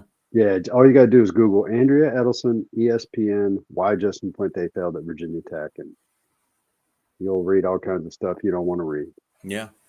And here we are repeating history. What's the old saying? What is it? The truest form of insanity is doing the same thing over and over again and expecting different results, right? I'm becoming super cynical about these people in these power structures and how they all pay each other a ton of money and they all cover for each other and they all take care of each other. Yep. And none of them, like Chris Coleman calls me on my bull crap. You know, when I'm making decisions for the company and I'm getting ready to do something stupid, Chris tells me I'm doing something stupid. and now we got Andy here, and Andy will tell me that too. That's great, though. That's why you guys are the best. You know, it's not an echo chamber. That's why you don't want an echo chamber. So. Yeah, you know, it's just anyway. But that is TBD. I think that's everybody's fear, but we'll see what they actually decide. Yeah. Well, enjoy your week off. You can take a deep breath. What are you going to do? What are you going to do? You going to watch football? You going to get away from it? What are you going to do? You going to travel? What are you getting Dude, I'm so watching football. So the Gamecocks play at 12:45 tomorrow. I'm going to watch that one. And there's some other games at 12. Well, tonight is Louisville and Miami. And then the Friday night. Carolina game. So yeah, good doubleheader. I don't know if I'll be staying up that late, but I do like watching that Carolina circus. That's hilarious. Me too. I'll have it on for a while. Yeah, I want to see. I want to see what's going on there. Absolutely. There's that tonight, and then there's a Gamecocks early tomorrow. And I haven't checked and there's some other good games on at noon as well that I'll be switching around and watching. And I haven't checked out the rest of the day, but yeah, man. I mean, the thing about your team playing and then traveling like I have, I've been to all the games so far, and I'm only going to miss one this year, which is interesting. That's not like me usually. But you can't watch any other college football. Like I've seen almost no other college football except Virginia Tech. Yeah. So looking forward to that. Yeah. Well, have fun, my friend. Take a deep breath and relax. You've earned it. You've earned it. All right, man. Sorry my lights went out and it's so dark. No, in it's here, okay. No, you look great. No, it's fine. It's all right. You still looking at the camera right now, aren't you? I am. I'm waving right now. Actually, I'm flipping to the bird and you can't even tell. Exactly. I wouldn't know. He's got his shirt off. Yeah, I got you. Yeah, so Steven Speaker says Georgia Tech and Duke. I'll be watching that one too. Oh, that's going to be a heck of a football game. Yeah, I'm looking forward to that one. Yeah, I'm looking forward to that one. All right, man. Enjoy the show. Thanks, brother. Take care, man. Will Stewart from Tech Sideline. Thanks again to all of our wonderful sponsors, Professional Door Incorporated, residential commercial garage doors, family owned and operated. Travis Webb's 38 years in business. They're so good. They got the national Walmart account a few years ago to fix all their doors. Go see them. National Bank member FDIC. They've become the exclusive banking partner of BDST. I've been with them for 35 years. Ryan Pry, the attorney, he's providing some good things. He's very close to the Penn State job. He had our BDST fan question of the week, and 73% want James Franklin. Go see him, 701 West Main Street. We'll see what's happening there with the Penn State gig. 540-553-2971, Little River Heating and Air. Pulaski County Sports Entertainment, the title presenting sponsor of this program. Thanks to them. And we're going to dive headfirst into more with the great stuff that they're doing next week. Mark Hundley, the best chiropractor in the biz, right off of Peppers Ferry Road. They got a brand new building. They got all the latest technology. Go see him and get popped in all the right ways. And the very first sponsor to jump on the new program, Family Fencing Studios. Always have a very special place in my heart. Family Fencing, go see them. Doesn't matter the kind of fencing. They will never tear up your yard. They've got finance options, free quotes. They just want to help you. Whatever you're looking for, go see the folks at Family Fencing. Go buy your next vehicle from Brad Harvey at Harvey's GM. Just had my vehicle service there this week, and they are awesome. They are awesome. And James Lawson, it's 1997, Lawson's Mobile Home Supply. Plumbing, doors, windows, 300 North Franklin Street, 540-381-8011. And go boogie bowling at the NRB Super Bowl, for God's sakes. That's going to happen on Halloween, my birthday, 9 to 11. $40 per lane, up to 8 bowlers. That's $5 a pop. So go, enjoy, have a great time. Jen, the Gamecock girl, joins us up coming up in a little bit. There's Mike Ashley. Speaking of boogie bowling, I'm sure he's done a lot of boogie bowling in his past. What's up, brother? How you doing? Good to see Will Stewart over from the dark web. Yeah. He did kind of go dark web, didn't he? And I'm the champion of having bad lighting. And look, I sort of fix things today. You do. Look at you in your Nats T-shirt. You look great. The whole shebang is kind of precariously perched here, so there could be disaster. Oh, I got you. You just kind of go. Don't make me emote too much today. Well, a lot going. Let me ask you this: what kind of? I mean, I know you're not covering them anymore in your retired toes in the sand life, but do you think Loxley's in any kind of trouble at Maryland? I had somebody send me one, and they think that if it goes badly the rest of it, they got UCLA this weekend. What do you think? What's your best guess on what? Because that's a major opening too that could cause a lot of dominoes to fall if that comes open. Okay, and for folks down there, if you want to go this direction, I also worked with James Franklin at Maryland, so I have some insider trader information on him. But good, yeah, tell us, please. he and Loxley were assistants together under Ron Vanderlinden when I got here, and both of them had those reputations as up and comers, and then they both eventually worked NFL, which always puts a little, a magical coaching dust on coaches and makes them very attractive as recruiters and guys who obviously know what it takes to get to the NFL, and that word kind of permeates the community, and they're able to go out. So they both had that thing going for them. Now, as for Locks officially here, there's new athletic directors. You have savvy listeners. You know how people like to bring in their own people, and so that kind of is a mark against Mike Loxley here, and just the program reached a level there. They went to 3 straight bowls, but it kind of tapered off. Last year, I thought they'd be a lot better. This year, another great recruiting class. He's just stacked up great recruiting classes. But what does that mean anymore if you don't load up in the transfer portal? Why do you want, true freshmen in your lineup when you can bring in a guy who's a junior or a senior, can sort of step right in? 100%. Yep. And Maryland is just, never beefed up their whole roster to a Big Ten level here. They really get bullied up front in most games, get sand kicked in their face. Other teams rush the ball with impunity, and they have trouble stopping, the rush. They just haven't had and this was something that Ralph Friedgen preached when he was here back in the ACC days. His job one was to build up the lines so he had depth and he had talent and he could take it to another level. And you know what? He did there for a long time. And now it's the stakes are higher. I'm an ACC guy from day one, and I just tell you that it's bigger and badder in the Big Ten. It's really tough. You've got to be able to battle in the trenches. And Loxley, you can't underestimate what he's done here in terms of remember we had the death of the kid in preseason under Coach Durkin, and Loxley came in and kind of put his arms around everybody and rescued the whole program at that time through some really tough times, and he's given a lot of leeway because of that. And I think he's a really good guy, and I enjoy working with him. And but often there comes a times when it's better for both parties probably to mutually agree to disagree and go their separate ways. And unless he can win some games in the Big Ten, which has not happened so far this year, didn't happen nearly enough last year. He's definitely on a hot seat here. Yeah, that's kind of what I was told, and I think we'll see what happens over the next couple of weeks. Now, tell us, enlightened Tech fan, because 73% of them in the poll this week, the question really want James Franklin in Blacksburg. What did you gather in your short time with James Franklin? Well, when James came back here, he had 2 stints here, like Loxley has. Loxley, I guess, has technically had 3, but when Franklin came back, he was offensive coordinator for Ralph there on some of the later teams, and he was such an up-and-comer again at that time, his stock even higher, that Debbie Yao sort of superseded Ralph and named James our coach in waiting for when Ralph would retire. Well, this didn't set well with Ralph, and that was the beginning of some trouble here.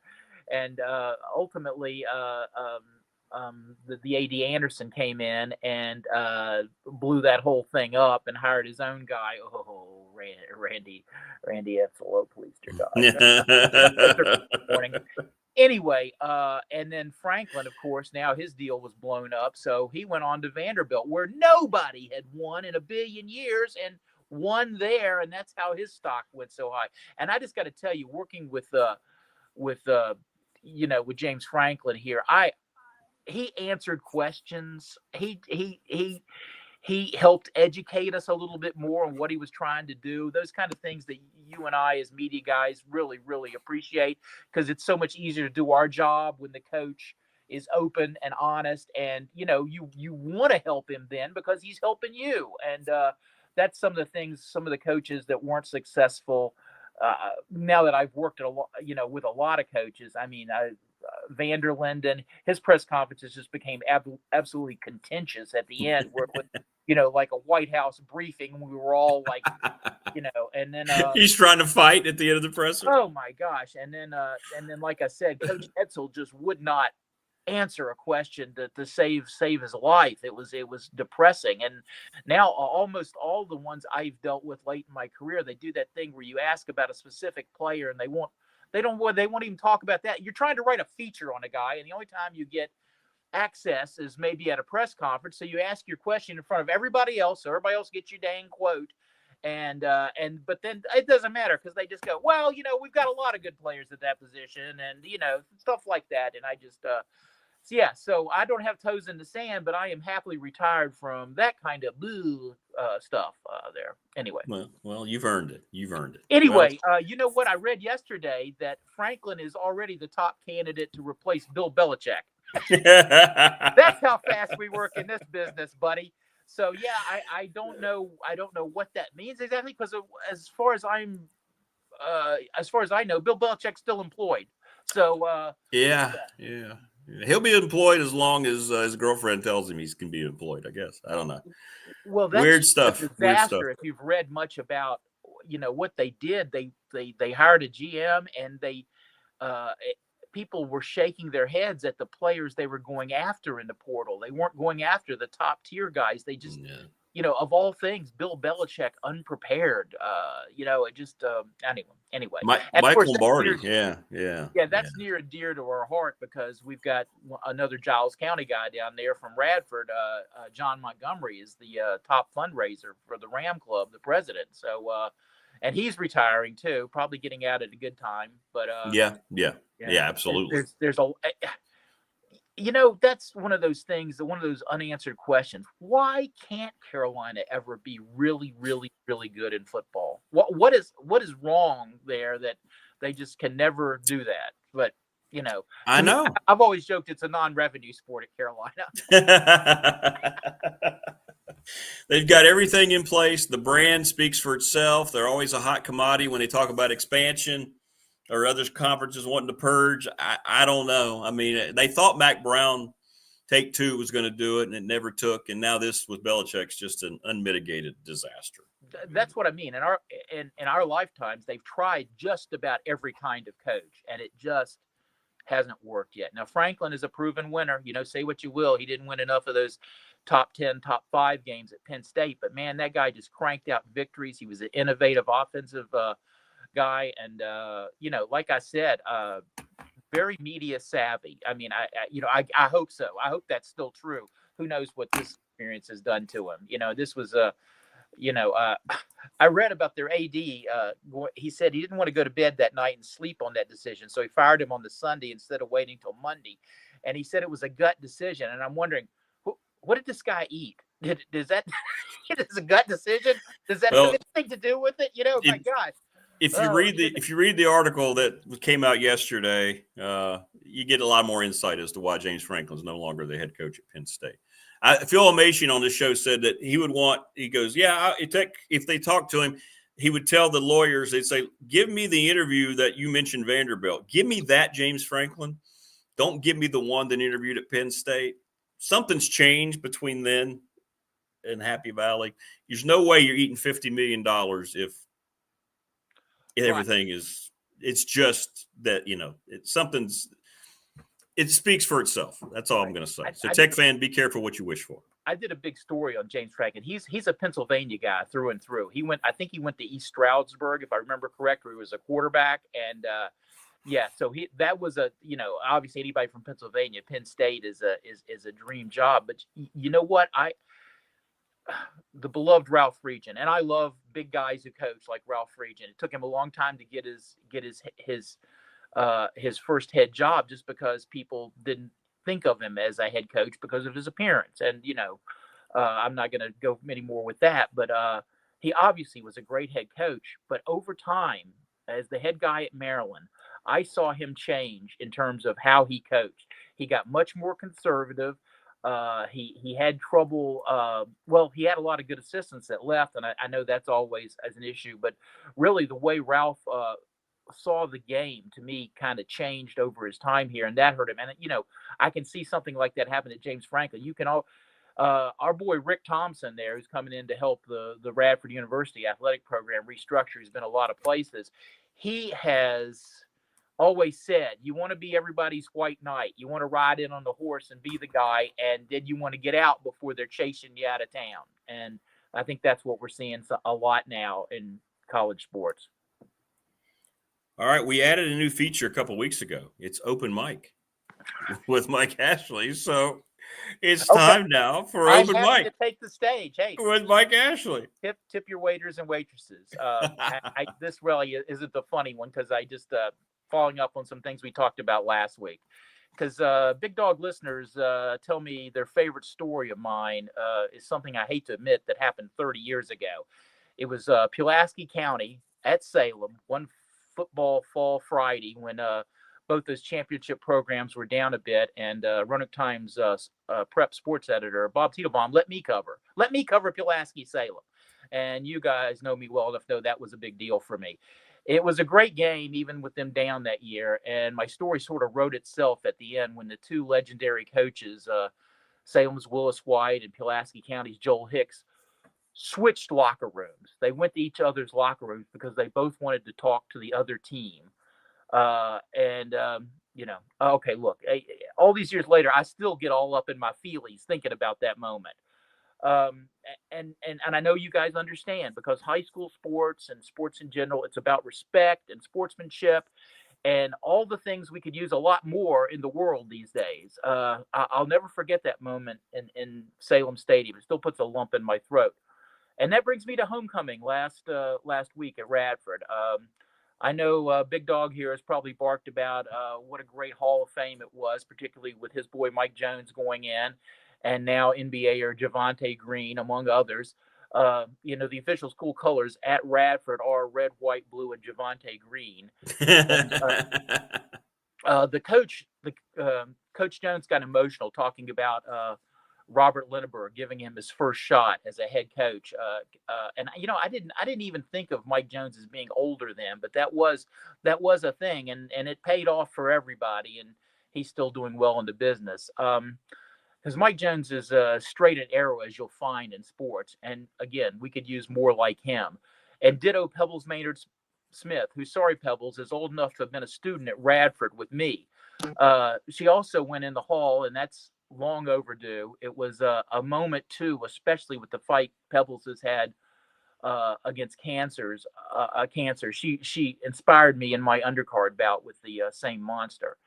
Then Saturday at baseball, I got to help hand out the Kevin Scott Memorial Baseball Scholarship to catcher Brady Whitaker. I could see the emotion on that kid's face. It was a privilege to be there. Walking down the line by the home dugout, I've never experienced so many firm handshakes and young men staring me right in the eye. Clear eyes, full heart. Hell yeah. Up at Tommy Lillard Soccer Field came the announcement that Teddy Wilson Memorial Scholarship is fully funded and will be awarded this fall. We lost tough as nails Teddy last year, and the outpouring of support has just been incredible. His running mate on the back line in the late 80s, early 90s, Steve Archon, was there.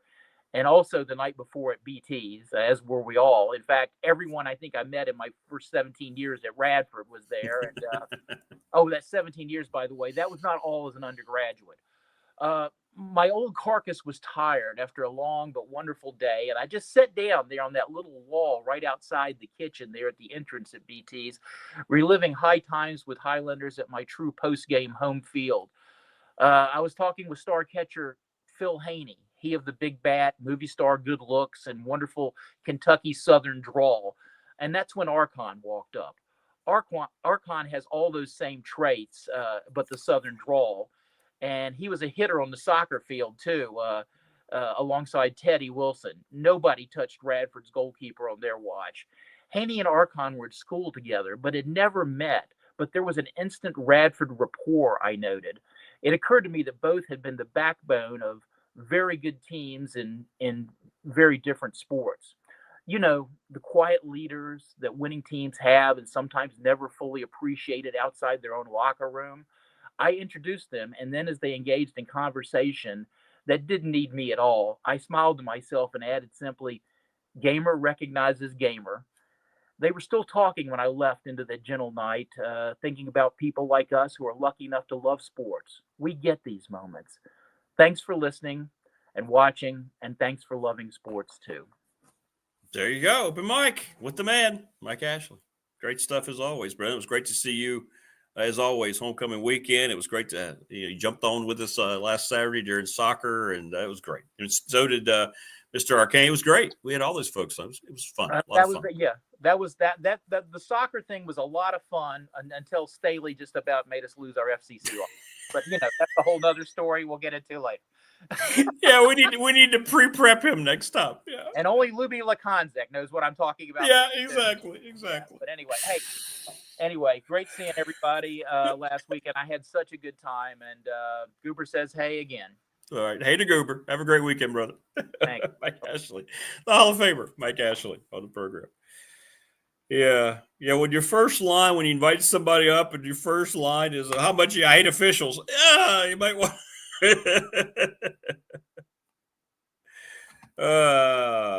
good stuff. Good stuff from Mike. It always makes homecoming so much more special knowing he's going to be around. So anyway, Jen, the Gamecock girl, is going to join us with our picks. We want to thank Lawson's Mobile Home Supply since 1997, located at 300 North Franklin Street in Christiansburg. Give them a call, 540-381-8011. Go Boogie Bowl, the NRB Super Bowl. He's been there 25 years. It's a great place. I have a lot of fun there. I'm not good at bowling. I wish I were, but I'm not. 382-5525. Yeah, Goober says, hey, that's his line. And hey to Goober. By the way, Goober was a terrible character. Family Fencing Studios. Thanks to Family Fencing, a no-dig installation system, no big holes, no mess. Locally owned and operated. They have finance options available. 540-200-8294, familyfencingnrv.com. Go give Jason Green a call, please. For the love of everything, go give him a call. They're the best. McClellan Chiropractic, Mark Hundley, sponsor of our very, very popular chat. It's awesome to see it blow up the way that it has blowed up. Blowed up real good. Blown up. That was an old SEC skit.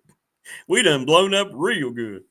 I'm so proud each and every day to say that this show is presented by Pulaski County Sports and Entertainment. People still talking about Jonathan Sweet being on here a couple weeks ago. We're going to have to make sure that happens more often than not. The new multiplex is going to just you just won't be able to believe what they're putting into that. All the communities working with County Pulaski. It's on like Donkey Kong, they say. Little River Heating and Air. Give them a call, 540-553-2971. The attorney, Ryan Pry. He sponsors our BDST fan question of the week. And he specializes in trust and estate planning. National Bank, member FDIC. They've been part of my life for 35 years. They've been part of the show's life now since the beginning of September. The exclusive banking partner of BDST. Go see all the crew. Great customer service. And Professional Door Incorporated, residential commercial garage doors, Travis Williams. They sponsor our text line at 391-0788. They are family-owned and operated 38 years. His dad started that business right across from New River Community College. They are awesome. Thanks to all the folks who helped bring the program. Judy. Remember, he's like, oh, come on. Well, you don't have to do that impersonation. I'll do it. He was okay as kind of a side character, But we all know that show ended when Don Knotts decided to go make movies. Let's get caught up. Julian, how are you? Julian Brown, we're going to get the Legends podcast folks on here hopefully next week, Julian. So I'll reach out. Many feel UVA struggles because they can't afford the investment. They did this past year, so they're finally caught up to it, and look at the season they're having. I don't think it's going to apply to Tech going forward with the money that's going to be available. I think they took care of that. Jason, Virginia Tech, just go ahead and get a dang good football coach. Forget the big names at this point. Correct. Yeah, Giles got the Pioneers tonight. Should be a dub for the Sparties. Right? The Ghost and Mr. Chicken Yeah, what was the one too where at the fish? Remember he was a fish. They had the or was I imagining that? Wasn't he like an animated fish? Mr. Lippett, thank you. It is real. It wasn't a figment of my imagination or anything brought on by maybe consumption of beverages. The Ghost and Mr. Lippett. Thanks, Charles. Yeah, he was a fish, right? The Apple Dumpling Gang. Now that's a good movie. Wasn't Tim Conway in that too, Wayne? That character, one of the top 5 in the history of situational comedies. I'm talking about Barney Fife. Wow. Okay, so Tim Conway, come on. Really? Don Knotts, Tim Conway? Yes, have some. By the way, it was funny. Not only did guests yesterday comment, I showed Salma a lot yesterday. So I had people saying, you can't keep showing Salma Hayek. We can't focus on the rest of the day. I go home with the family in the evening, and all I'm thinking about, sorry. I didn't mean to cause any problems. All right. So I won't do that anymore. Okay. I'm just not going to show her. I promise you. If it's going to cause issues, I don't want anybody having any issues with me here on the program with what I show and bring to the table. Okay. So I'm not going to do that anymore. No more Selma Hayek pictures. Okay. Oh my. Oh no. Oh no. That was out of nowhere. Yeah. Look at Jason. You go be. Oh, yeah. You better bundle up, my friend. He's got Nars Honaker. Jeff G. Apple Dumpling Gang was the first movie I ever saw in a theater. Oh, man, really? That's awesome, Jeff. Very, very cool. Yeah, Tim Conway, that whole Carol Burnett show is brilliant. I have some DVDs of that. That show, man, I love that show. And it was nothing better than Conway breaking up Harvey Korman, who was also brilliant, and the whole crew. Yeah, the dentist, he keeps numbing himself.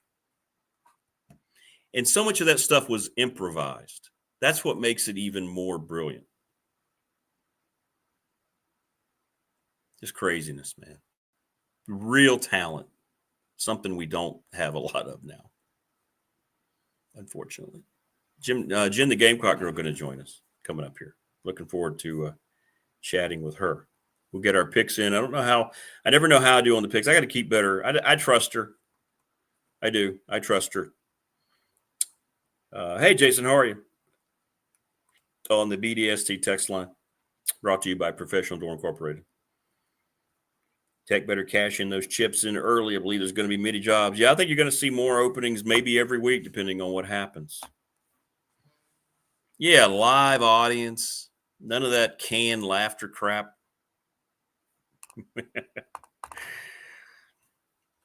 Yeah, I didn't show that one. That's my favorite picture. Yeah, hang on, Wayne. Yeah, you're right. He had to remind me.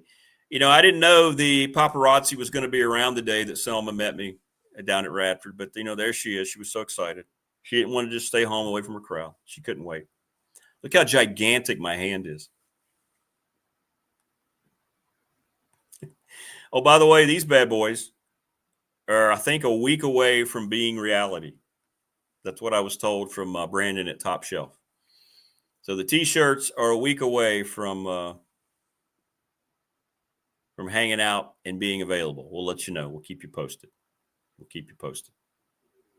Just getting you updated on all the business. Oh, by the way, let's update. As we wait for Jen, look at her being conveniently just, going to show up fashionably late.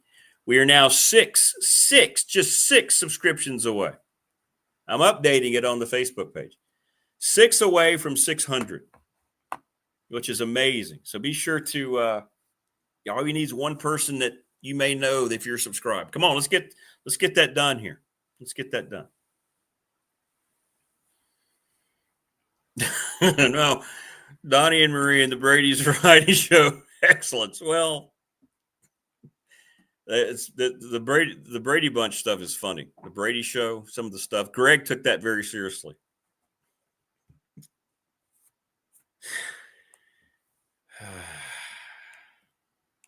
You know, Greg was having I don't know if it's an affair, but Greg was in a physical relationship with Florence Henderson. How about that? Yeah. Well, I mean, after all, it wasn't her own kid, so I guess that's where they validated it. What was his name? Barry Williams? Wow. Is that right? Did I just pull that out of the air? Is it Barry Williams? Wasn't that the guy that played Greg? And then you had Marcia, which is Maureen McCormick. Yeah. Well, she's our Marcia. Marcia.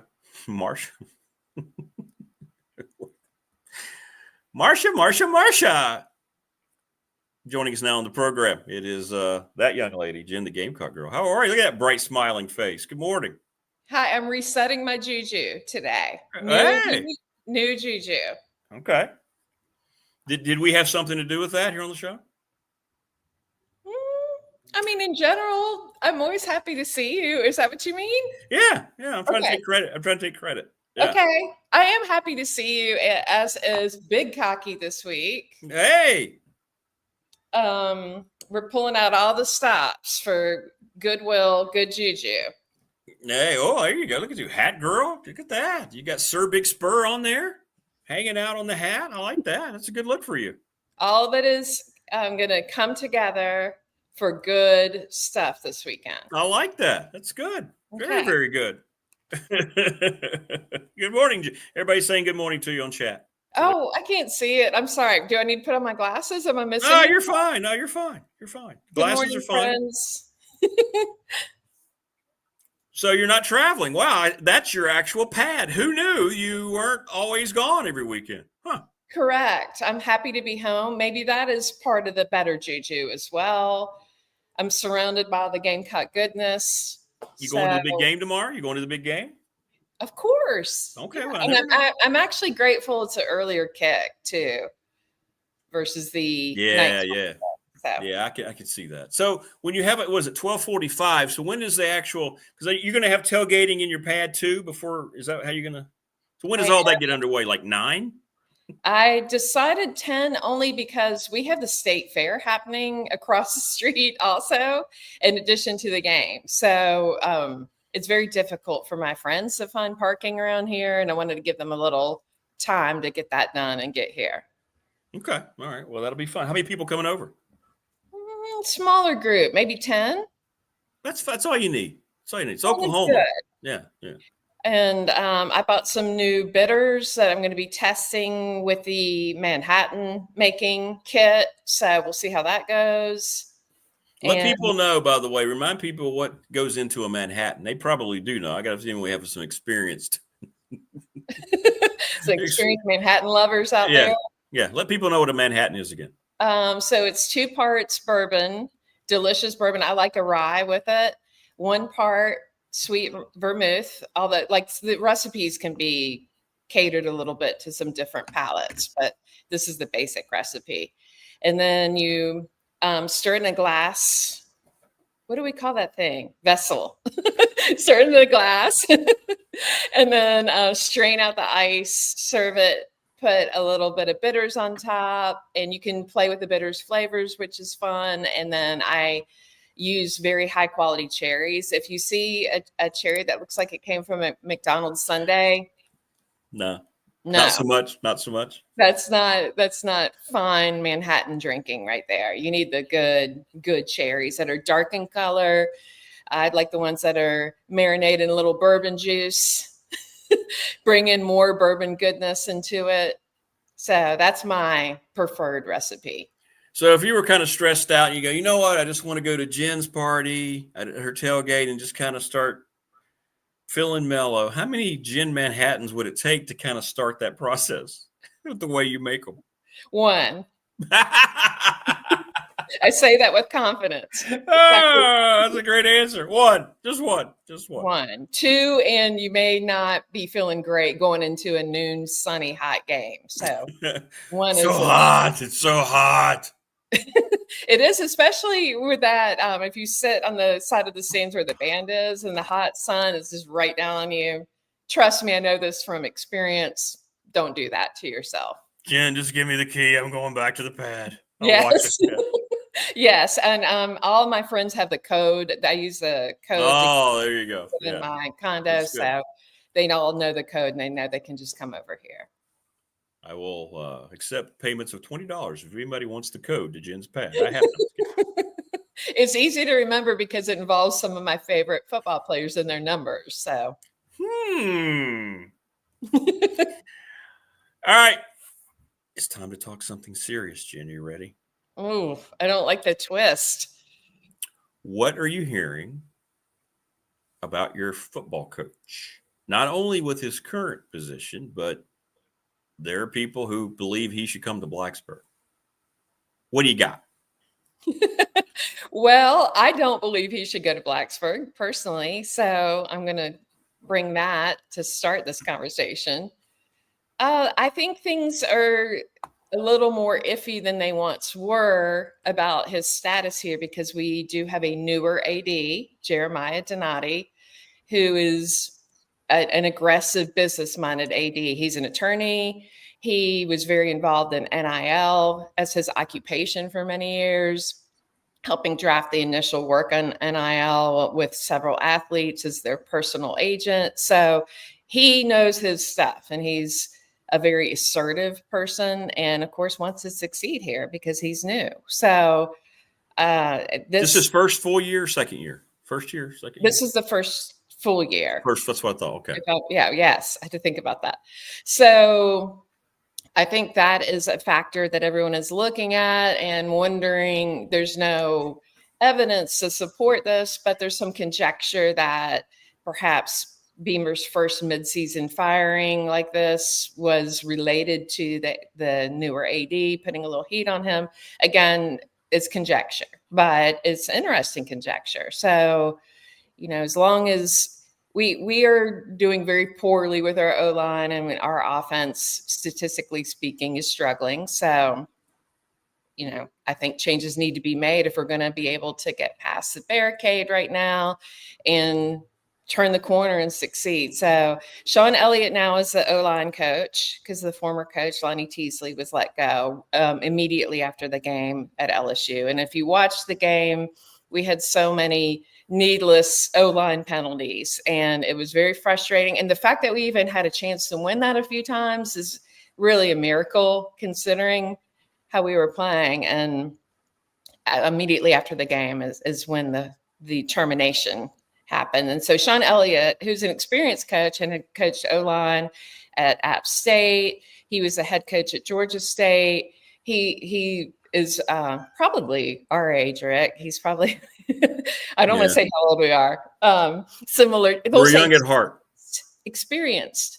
And, he's a very energetic person. And he's the polar opposite of Mike Shula, who's our OC right now. So he is beloved by fans and by the players and high energy. So, everyone is going to be anxious and excited to see what's going to happen with the O-line this week. He's only had a week to work with them, and we've been plagued by injuries the whole season there. So I don't know. I've got to have faith that things will be better, but how much better? Don't know. So as far to get back to your original question, I think the new AD normally in the situation, if we'd had the old AD, I don't think Shane Beamer would be interested in going back to Virginia Tech, but with a new AD, he may be more interested than he would have been previously. What's the vibe then? Do people think he's actually a good football coach? They know he's recruited. He's kind of slidden into the NIL era, but what about on game day? Do you have confidence in him as a game day head coach? Because every time I see him, he's got his headset off and he's yelling at officials. Which that's funny that's your perception, because some of the fans here don't like that they feel that he's too positive on game day. when we had the 10th penalty and he's clapping and he's kind of like, come on, but let's go, instead of reprimanding the players on the field. And he is very married to that philosophy, which frustrates some of our fans occasionally. I don't know. I feel like he's a great recruiter.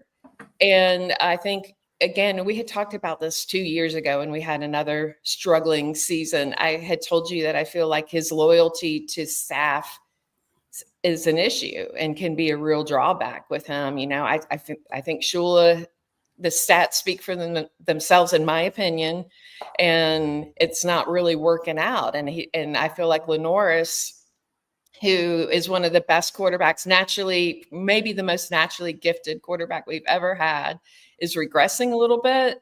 And that concerns me as a player. If we get through this year, we don't do better than we've been doing, I'm never going to forgive us as a program for not taking advantage of having that talent in the quarterback position. And who's in charge of the program?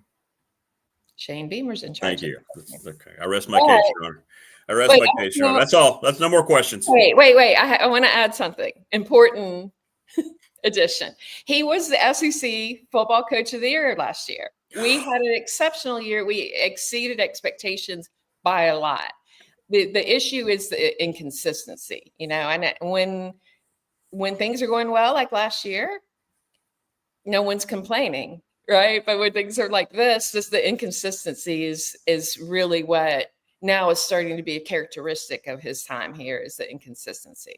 It's like the Seinfeld episode, the opposite. At 1 minute, you're up. The next minute, you're down. See? Well, Coach Beamer was down, and then he's up. And now he's down again. It's just It's funny you brought that up, because that was my intention coming into the program today, was I'm embracing opposite day like George Costanza.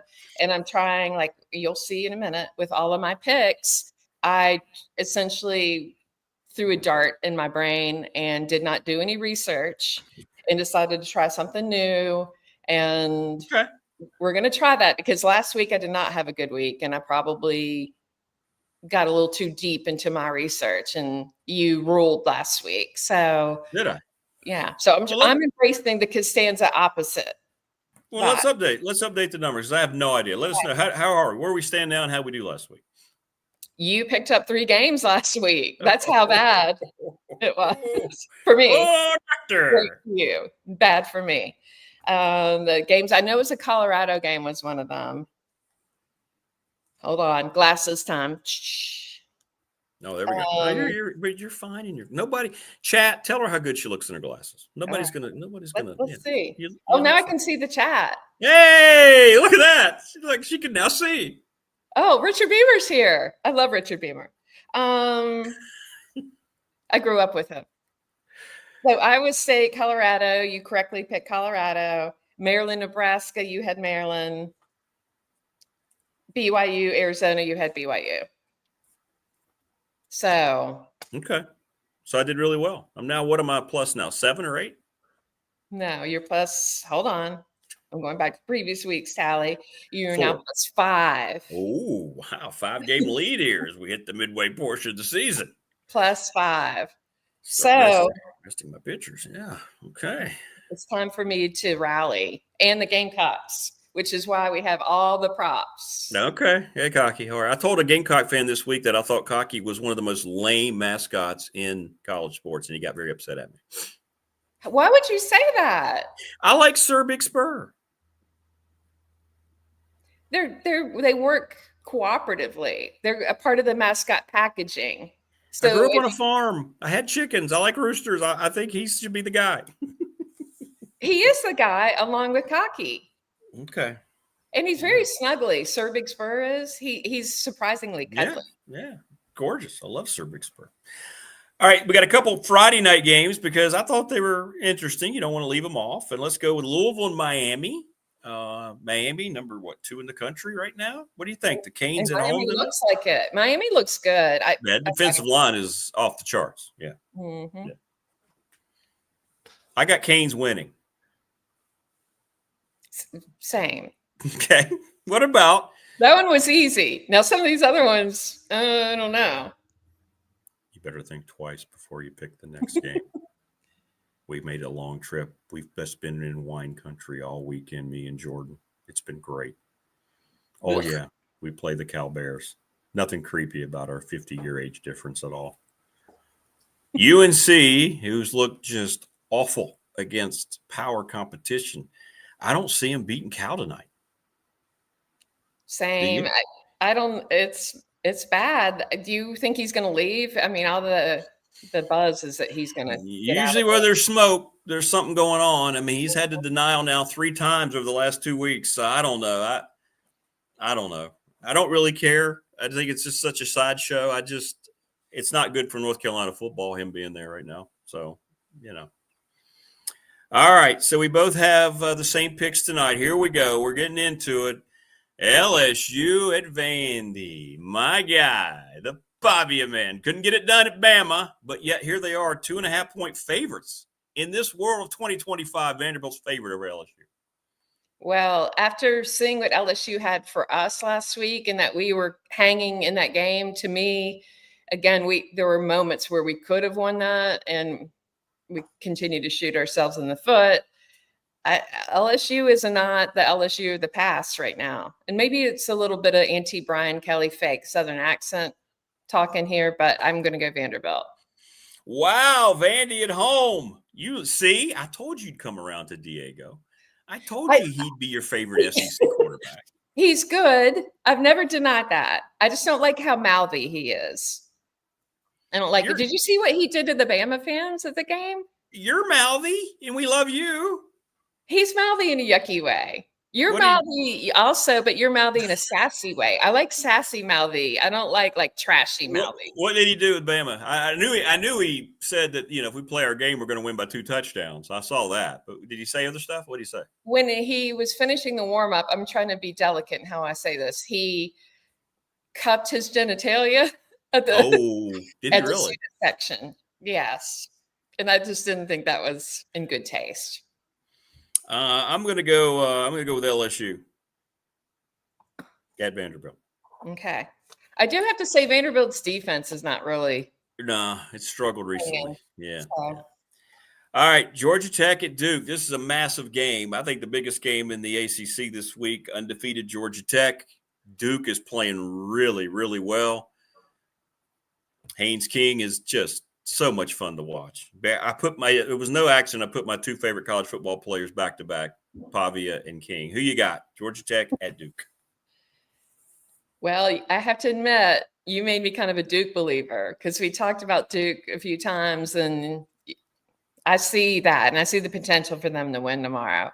I just think, too, when programs like Georgia Tech have the strong start and all the expectations building, that sometimes they're more prone to a crack. And I just think this could be one of those games. Yeah, I got to have Duke winning as well. Manny Diaz all of a sudden showing up a lot of coaching vacancy lists, but he's done a terrific job down at Duke. He really has. Duke is really good. So I thought you were going to go Georgia Tech. I thought this would be one I had on you, but look at this, similar thinking. I think Duke's going. Sorry, Steve. Steven's going to be mad at us. Steven C. Texas A&M at Arkansas. They played very well last week, first year with their interim coach, first game with their interim coach. But A&M's on a little different plateau offensively. I'm going to go with the Ags. Same. And Arkansas's having some turnover problems. I think they've had 8 turnovers in the last 3 weeks. It's just tough with the coaching transition, too. Steven's mad at us. He just booed us. Steven just booed us. Sorry, Steven. It's nothing against Georgia Tech. Listen, we're not against Georgia Tech at all, right, Jen? We're not. I don't have a problem with Georgia Tech at all. And based on my picking record last week, I mean, I could easily be wrong. Well, I picked Duke too. So. Ole Miss at Georgia. Oh, you love some Lane Kiffin, although he's a little too scrawny for you right now, but that could change any moment. He's back with his wife. I expect that to change. Ole Miss at Georgia down between the hedges. I think Georgia at home. Gunnar Stockton is improving quite a bit quickly. And I don't know. I think I just feel the Georgia vibes. After their disappointment and the loss earlier with Alabama, I think they're going to rally back. I got Ole Miss going down in the hedges, and I think they're going to just do some things offensively, going to beat Georgia. I don't think Georgia's I don't know. They're a little different this year, not in a good way. Texas Tech at Arizona State. I love me some Sun Devils. Who you got? Again, this might be your influence. I'm picking Arizona State. I'm going Texas Tech. Oh! Okay, maybe I could catch up a little bit this week. They spent $40 million on their roster, at least if they admit, and they're playing like it. Texas Tech's really good. You talk about evaluating, getting guys to go there and stay motivated with the money they're making. They weren't shy about it. We're going to go out and spend a lot of money. They have. They're winning. I think they're going to beat Arizona State. Yeah. What's the line on that game? Oh, let me peruse. I did not. Again, no research. Did not look it up. Well, hang on. I'll Some of these I heard about the lines just like listening to sports stuff, but you ask and I'll give it to you here. Texas Tech 7-point favorites. Yeah, that's substantial. It is on the road. That's pretty large. That's pretty large on the road. I don't know. Now I'm starting to have pick regret, but. And by the way, Georgia. Well, okay, here you go. You'll get it right back. Georgia, 7.5-point favorites at home, and I'm going with Mississippi to see we're in the same boat. Okay, let's keep it there. Then. Yeah. Tennessee at Alabama. Nice little rivalry. Tennessee's kind of had Bama's number even during the Saban days. They would always show up, play maybe their best game. What do you think? Rocky Top? Can they go down and take on the Alabama Mafia and get a dub? I like Alabama at home. If this game were at Tennessee, I'd go the other way on it. What's the spread on this one? Let me look. Tennessee's defense has been struggling just a little bit.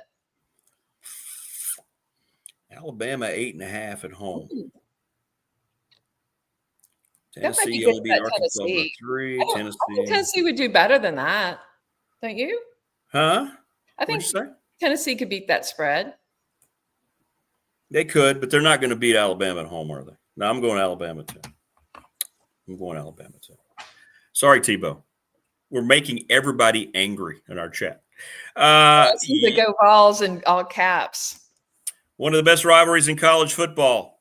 USC at Notre Dame. Big win last week for one of the California schools. USC, I didn't think they'd win that game. They did. What do you think? Think they're going to go to South Bend and knock off the Irish?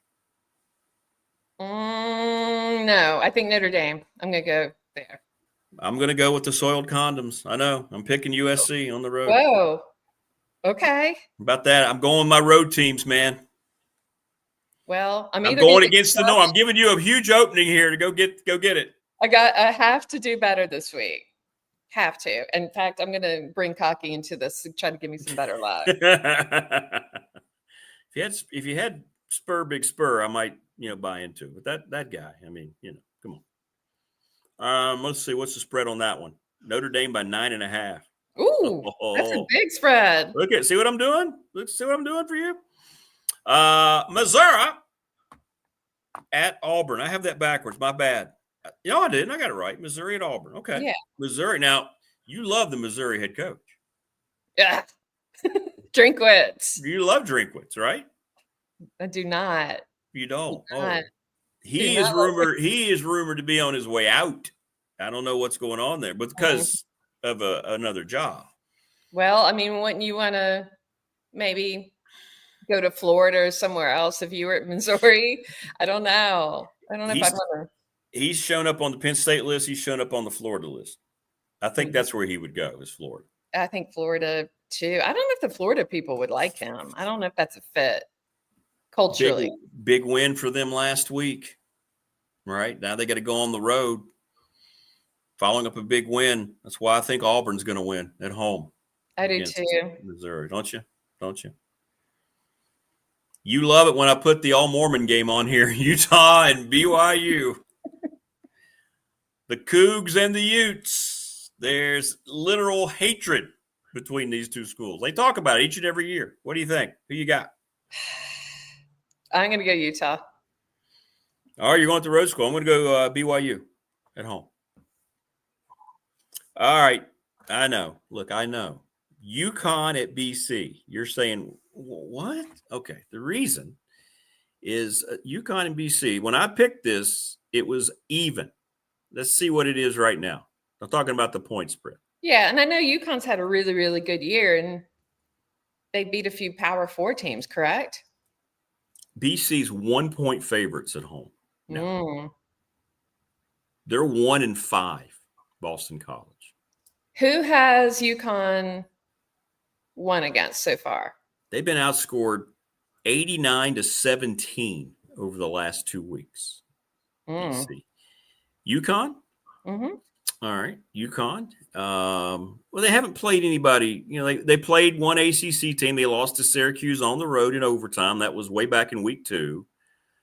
They beat Ball State. They beat Buffalo, and then they crushed FIU last week, 51-10. So what do you got? I'll take UConn. Let's go for the upset. I mean, I think we can do it.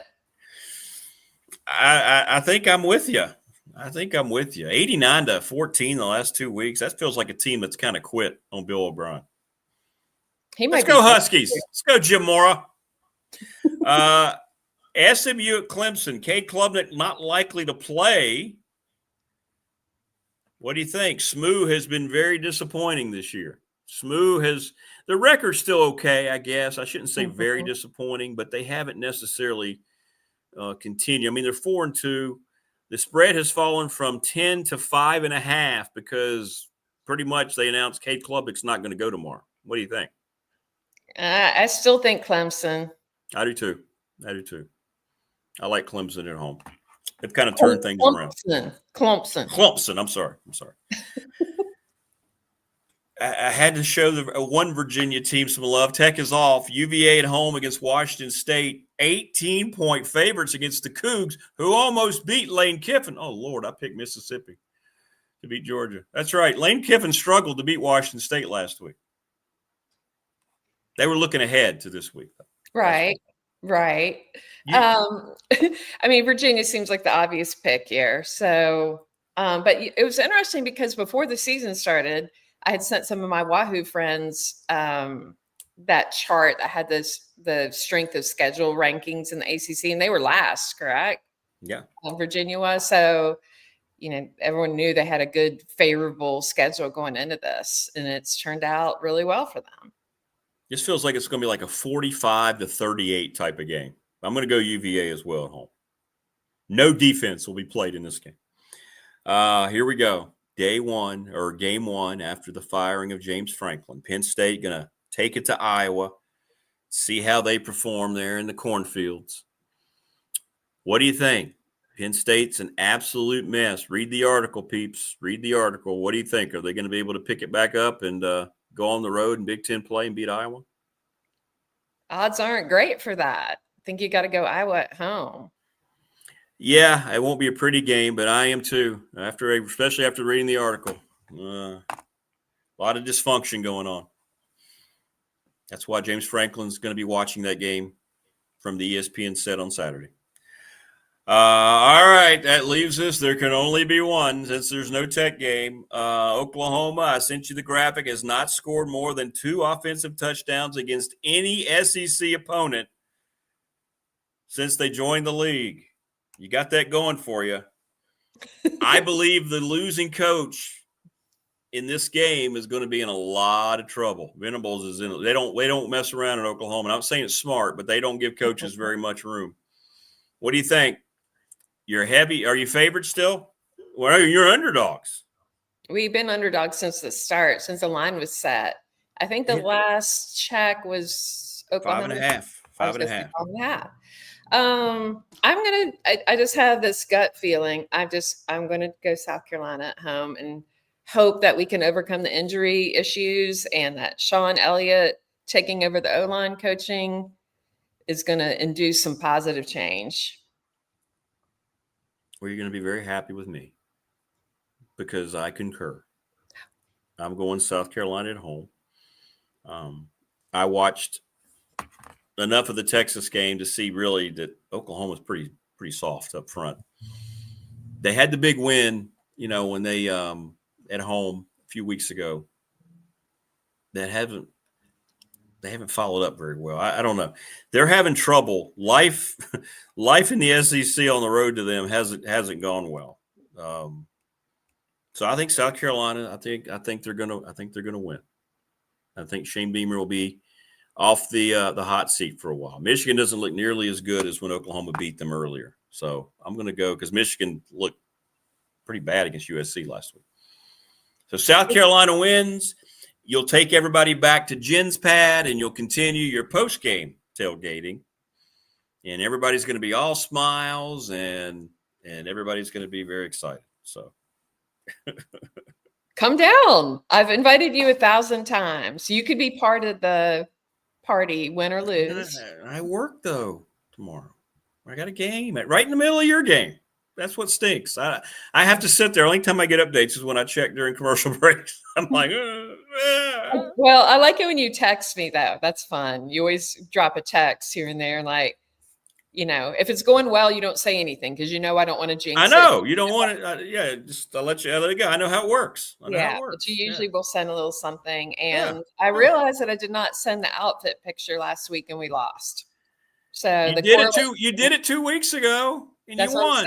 So you're directly tied into Shane Beamer's success. So I'm getting my nails redone today. As you can see, they're still gamecocky, but you need to change that up a little. Yeah, it's time to change it up. I'm going to probably just do all black. Tomorrow. Okay. All right. Or maybe add some sparkly garnet. Okay. I'm going to try some things, right? The George Costanza opposite day. This is what we're doing. People asking me to get the code from you, Rick. Oh, I know the code. Do you? You could probably guess it. I think I know the code. Yeah. Watch her. Yeah. I'll just show up. You see some guy. Some guy was standing outside your door for 20 minutes, and he finally got in. There would be weirder things that have happened on game day. Sure. I'm sure. It can be a lot, especially with the state fair here colliding. A lot going on.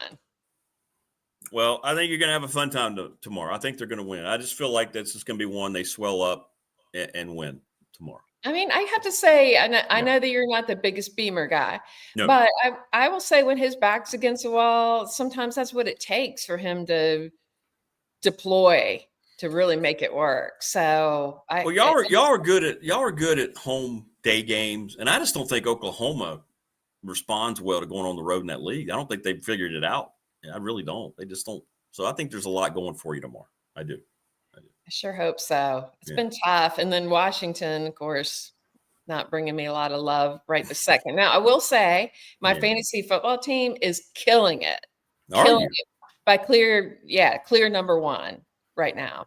Do you play one of those lame? Don't you play in one of those lame leagues that has two quarterbacks? No. Well, I have two leagues that I'm in. The first one, no.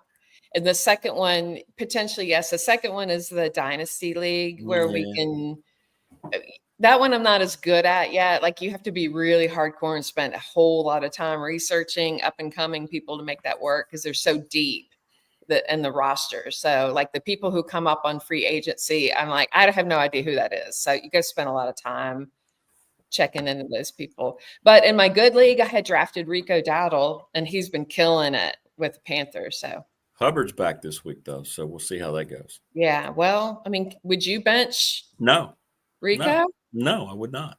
So. Oh. All right, so need to do a couple things for me tomorrow. Okay. Need the picture. Your Gamecocks, more importantly, your Gamecocks need the picture. Okay. I can do it. We're now just 6 subs away from 600. So spread the word. Show people how easy it is. You can be around football people all day tomorrow. Okay. I'll give them a Manhattan or two and say, hey, hit subscribe right here. Okay. Just do it for me, will you? I'll ask all my guests to do it tomorrow. Thank you. I mean, I'm a little disappointed that doesn't happen every week, but hey, I'll take what I can get from you. I just need a reminder. I'm happy to do it. I just need you to tell me because I get involved in hosting and preparing and getting the food, and my focus is elsewhere. All right. During that time. Well, have fun tomorrow, dear. I know you will, and I think you're gonna. I think Cocky and Sir Big Spur and you and your crew are gonna be very happy tomorrow at about 3:45, 4 o'clock. So there you go. If I'm not happy, you better send me a sweet text. I will. But if you're doing well, you're not going to hear from me. That's the way it works. So I'd like to invite all your peeps to do the same, because I will go into a sad, dark place if it doesn't work out. So yeah. I think you're going to get the dub. I think you got it tomorrow. I do. Okay. All right. Be good. I like your optimism. Thank you. Go Cubs. You Cubs. got the dub. Yep. Have fun and send a picture and show people how to subscribe. It's easy. Got it. All On right. it. Be good. Be proud. Have a great weekend. You too. All right. There you go. Jen the Gamecock girl. Great stuff. And she's going to be happy tomorrow, I think. We're always happy I get to spend the days with you. Thank you so much, everybody. We got to go. Please like, subscribe, share our channel.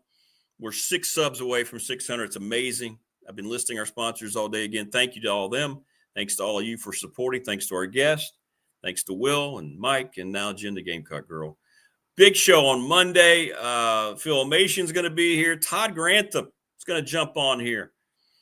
He was part of the changes down at Oklahoma State. He's going to tell you all about the industry. He's going to tell you what Virginia Tech needs to do in their head coaching search. Yeah. Might want to make sure you tune in on Monday. Enjoy your weekend, everybody. Remember, next Saturday, the 25th, we're going to have our Fan Fest in the evening, late afternoon evening. We're going to do the show live. We're going to have everybody in. It's going to be a blast. That's next week, not tomorrow. Enjoy the games tonight. High school football. Enjoy the games. Rodney, have fun. You enjoy everybody covering games. I'm going to go up to Auburn tonight. Have a great time. Thanks, everybody. Thank you. You guys and gals make it special every day. I don't just say that. I mean it. It's what I look forward to the most. Thank you. And have a great weekend. And we'll see you on Monday, everybody. We'll review everything that's happening in the high school, collegiate, and NFL. 4th and Goal show just debuted. It just hit up on the channel. And last night, Sports and More podcast also started right before the Steelers game. By the way, the Bengals rallied in the AARP Bowl. Joe Flacco bested Aaron Rodgers, and they beat the Steelers 33-31. Take care, everybody. Have a great weekend. We'll see you.